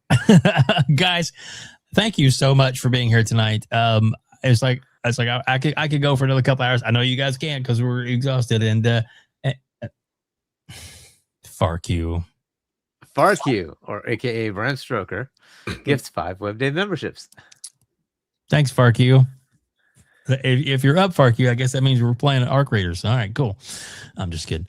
But yeah, so excellent show, guys. I thank you all so much. I know usually we have a lot more topics and stuff, but this was just such a great topic to get into and to dive into and to pick it apart. And I'm really glad that we did. Dirt, please tell people where they can reach out to, where they can find you. In the corner beside your head there, I'm going to show it. That is the QR code. So if you're watching on your television or your computer, you can actually scan that and it'll take you right to Dirt Griggity's YouTube channel. And make sure you like, subscribe, and add the little bell icon so you don't miss a single episode of one of the best Xbox shows online, buddy. Sorry. Floor's yours, Dirt. Yeah, guys, check out my channel, Dirt Griggity. We have WBG tomorrow at 6 p.m. Eastern Time. I saw a comment. Afro said he's saying if exclusives hurt Xbox, would you still support exclusives? Not if it hurt them. No, why would I support something that hurts the brand? There you go. Yeah, Dirt's not about hurting the brand. Dirt's for I'm the an brand. Xbox fan, bro. Exactly. He bleeds green. Hello. Just so everybody knows. We're clear. Go ahead. Or was that another one, Hargeet? Yeah, there was. Dave Easy, $2. Game Pass, $20 base price. Choose what you want to add. The end. I guess PC guys won't be happy with that, but fair enough. Exactly. Go ahead. Another one. There was another super chat just popped in. Be nice. Yep, be nice, $2. Great show. Wes Devonta, is that a reference to? I don't know who the hell that is. Who knows? Be nice. You can fill us in. Oh my goodness, baby. Make sure. Well, one more, and that's the slanderers. Random commentator, $2. Pistons are losing, so Dirt saying we all losing. Stop it. At least the Pistons are in the playoffs. They're down 2-1, bro. Calm down. Exactly. It's not over yet, bro. Oh my goodness. But yes, please make sure you like, subscribe. Dirt Griggity. Not only does he have We Bleed Green on, you also do a show on Mondays, but also you do a show with Sean has his own show, TTS. Yeah. And then of course you have the One Man, Dark Man. Couldn't get it out there. Man, baby. And I've got my shirt too. I like it. Nice. Yeah, hell yeah. One And Man, then, Dark Man. Exactly. And then you guys do a show together, the TTS on Monday, which is on Friday. On It's Friday, yeah. Yep. TTS on Friday. It's a cool show. We talk a lot of trash. So yeah, man. Dude, for sure. And again, thank you for being here. So we greatly appreciate you. Mav, I have your QR code up now in the corner. That is the QR corner. It's right by Dirt's head there. And it is, you scan that and it'll take you right to Fun Speculations YouTube channel. And you can get right on there and make sure you like, subscribe his channel. And he has a lot of great content as well, and a lot of great followers. And him and his lovely wife, Caitlin, do a solo show as well. I thought it was so funny when you guys started talking about the food the other night, Mav, and then I guess then she generated that awesome I guess it was AI generated picture of all the food restaurants and stuff around. That was hilarious. Yeah, bro. I was hungry. I did go get fast food after that for real though. Like I went out and got some. Yeah, I went out and got some Jack. Or no, that night I got Whataburger. I think last night I got Jack in the Box. I'm a fast food fiend, bro. I can't help it. I'm a fat piece of shit. It is what it is. Yeah, man. Thanks for having me, bro. I appreciate everybody here. Dirt, you're a real one, man. I always respect you and love your passion for gaming, bro, and all your content. It's just cool to be able to hang out with you sometimes, even when we may disagree a little bit, bro. That's all good, man. Yeah. Yeah. Hargeet, awesome, man. As always. Kate says that wasn't AI. that was AI. And it says it on Twitter. It says it was made by AI. They make sure to point it out. Yeah. And shout out to you, Dave. Always running a good show here, bro. Appreciate you having me. If you guys want to check it out, just follow that link that Dave put up on the screen. There you go. And Mav, I'll reach out to you in a couple of weeks. I do have like a Thursday and a Friday off. Maybe I can jump on your show then. Absolutely, man. I've been trying to get you on. So I know, and I appreciate that. But I'm actually going to be off for work, so I actually can join you. Well, so we'll talk about that. But also Hargeet, My man. Hey. Which one do you want to show? Do you want your let's see, I got a couple links for you. I got the YouTube channel. We'll go that first. Sure. And then we can do the merch one, I guess. Yes. So if you want to, subscribe to my YouTube channel, go for it. If you want to pick up the merch like this, make Xbox great again, go to my channel, at my site, shop.chani.us, pick it up. And then, I'll be on with Boom tomorrow. Not tomorrow. Actually, no, I'll be on Fonz on Tuesday, and then Boom on Wednesday at 7 p.m. US Eastern Time. Check those out. And then I think we're back for Friday with See Money and Doodle. It's been shifting, or that we skip it. Last time we did it on Thursday night instead of on Friday. So hopefully Friday night, 8 p.m. US Eastern Time with On Point for Gamers. Check those out. We'll be back next week. And God knows what changes. My goodness, there's news every week. Crazy stuff going on. We didn't even get to all the topics. There's so much going on. It's crazy. But yeah, we'll see what they do. Yeah, there was at least 10 topics that we didn't even touch tonight, but that's okay because I think it was better to dig deep into this one because it's real important than to just jump all over and hit here and then hit there. I mean, like I said, there's lots of shows out there, and these gentlemen both put on some great content, and then of course Hargeet is on a lot of great podcasts as well. So I know that if you follow all of us, you are definitely going to be able to get all the information you need and all the good stuff, especially regarding Xbox, Game Pass, and all that kind of good stuff, and games you like to play where you want to play them. Isn't that right? There you go. There we go. So let's see. As we starting to wrap things up, FARK QUE said, "I'm AI and not real." That is not true. FARK QUE is actually the king of AI. I'll say that. Here's one of the pictures that he did for us right there, which I thought was pretty cool. Oh, that's pretty cool. Yeah. I know, right? And here's another one. Here's another one he did, and that is actually my wallpaper on my cool. Xbox. Yeah. Hell yeah, Pretty damn cool. very badass. And it was like 10 minutes after I said something. He prompted me in the back, and I was like, "Holy fuck, dude, that's cool as shit." Yeah, So yeah, there you go. So there you go. Pretty cool. So we do have another super chat there, Dirt. Yep, Victor Alistine. Dirt, bring back the skits. Maybe one of these days, man. Dude, there's some funny stuff, dude. You're a very funny gentleman. Well, So dude, we appreciate you being here. Like I said, great members of the community, and very blessed to have you guys on. Yeah, looking forward to a big show coming up in June, and there'll be some other things between now and then that we'll talk about. And I know Paris is finally back in the U.S. I'm sure we're going to hear all about him and his Forza experience, because that was pretty dope. That's going to be a massive game. That game will be. Dude, bro. it may be one of the biggest games of the year. Yeah. I mean, really. And that's one that I think is smart for them to put over there. But I do like they've already have a little push over in Japan showing, which is what we think they ought to do, showing the Xbox system over there in Japan and the game bundled with it. Yeah. Just saying. What does that say, Hargeet? Horrible. Dirt has the double frustration of putting up with the peeps on here and having to compete with his wife's fiance. You piece of trash. How dare you? How dare you? Oh, we love you, Dirt. Thank you for putting up with us and all the shenanigans. I mean, not that we would do any shenanigans, right, Dirt? It was so long I had to roll up some of it. I thought you was my friend, WEBDAVE. How dare you? I know. Well, at least I didn't play this one. Why does the PlayStation always need Vaseline? Because it's always getting stuck in tight spots. That was FARK QUE. How did we know he was talking about his wife's fiance, not himself? Wife's fiance.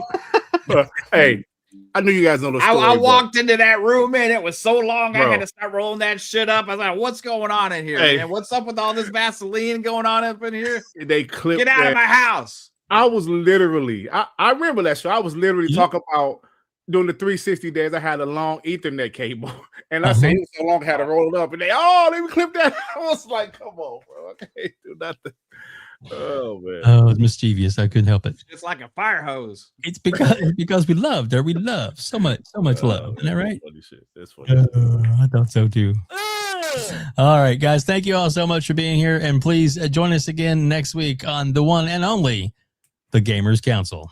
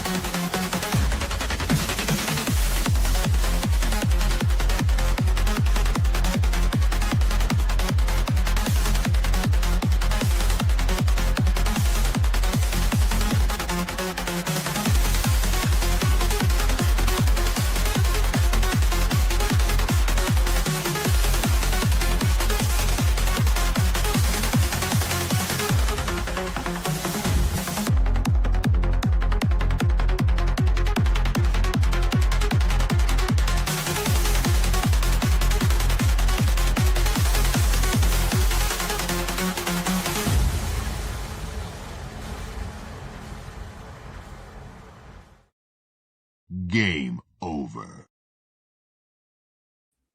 If you like this video, please hit the like button.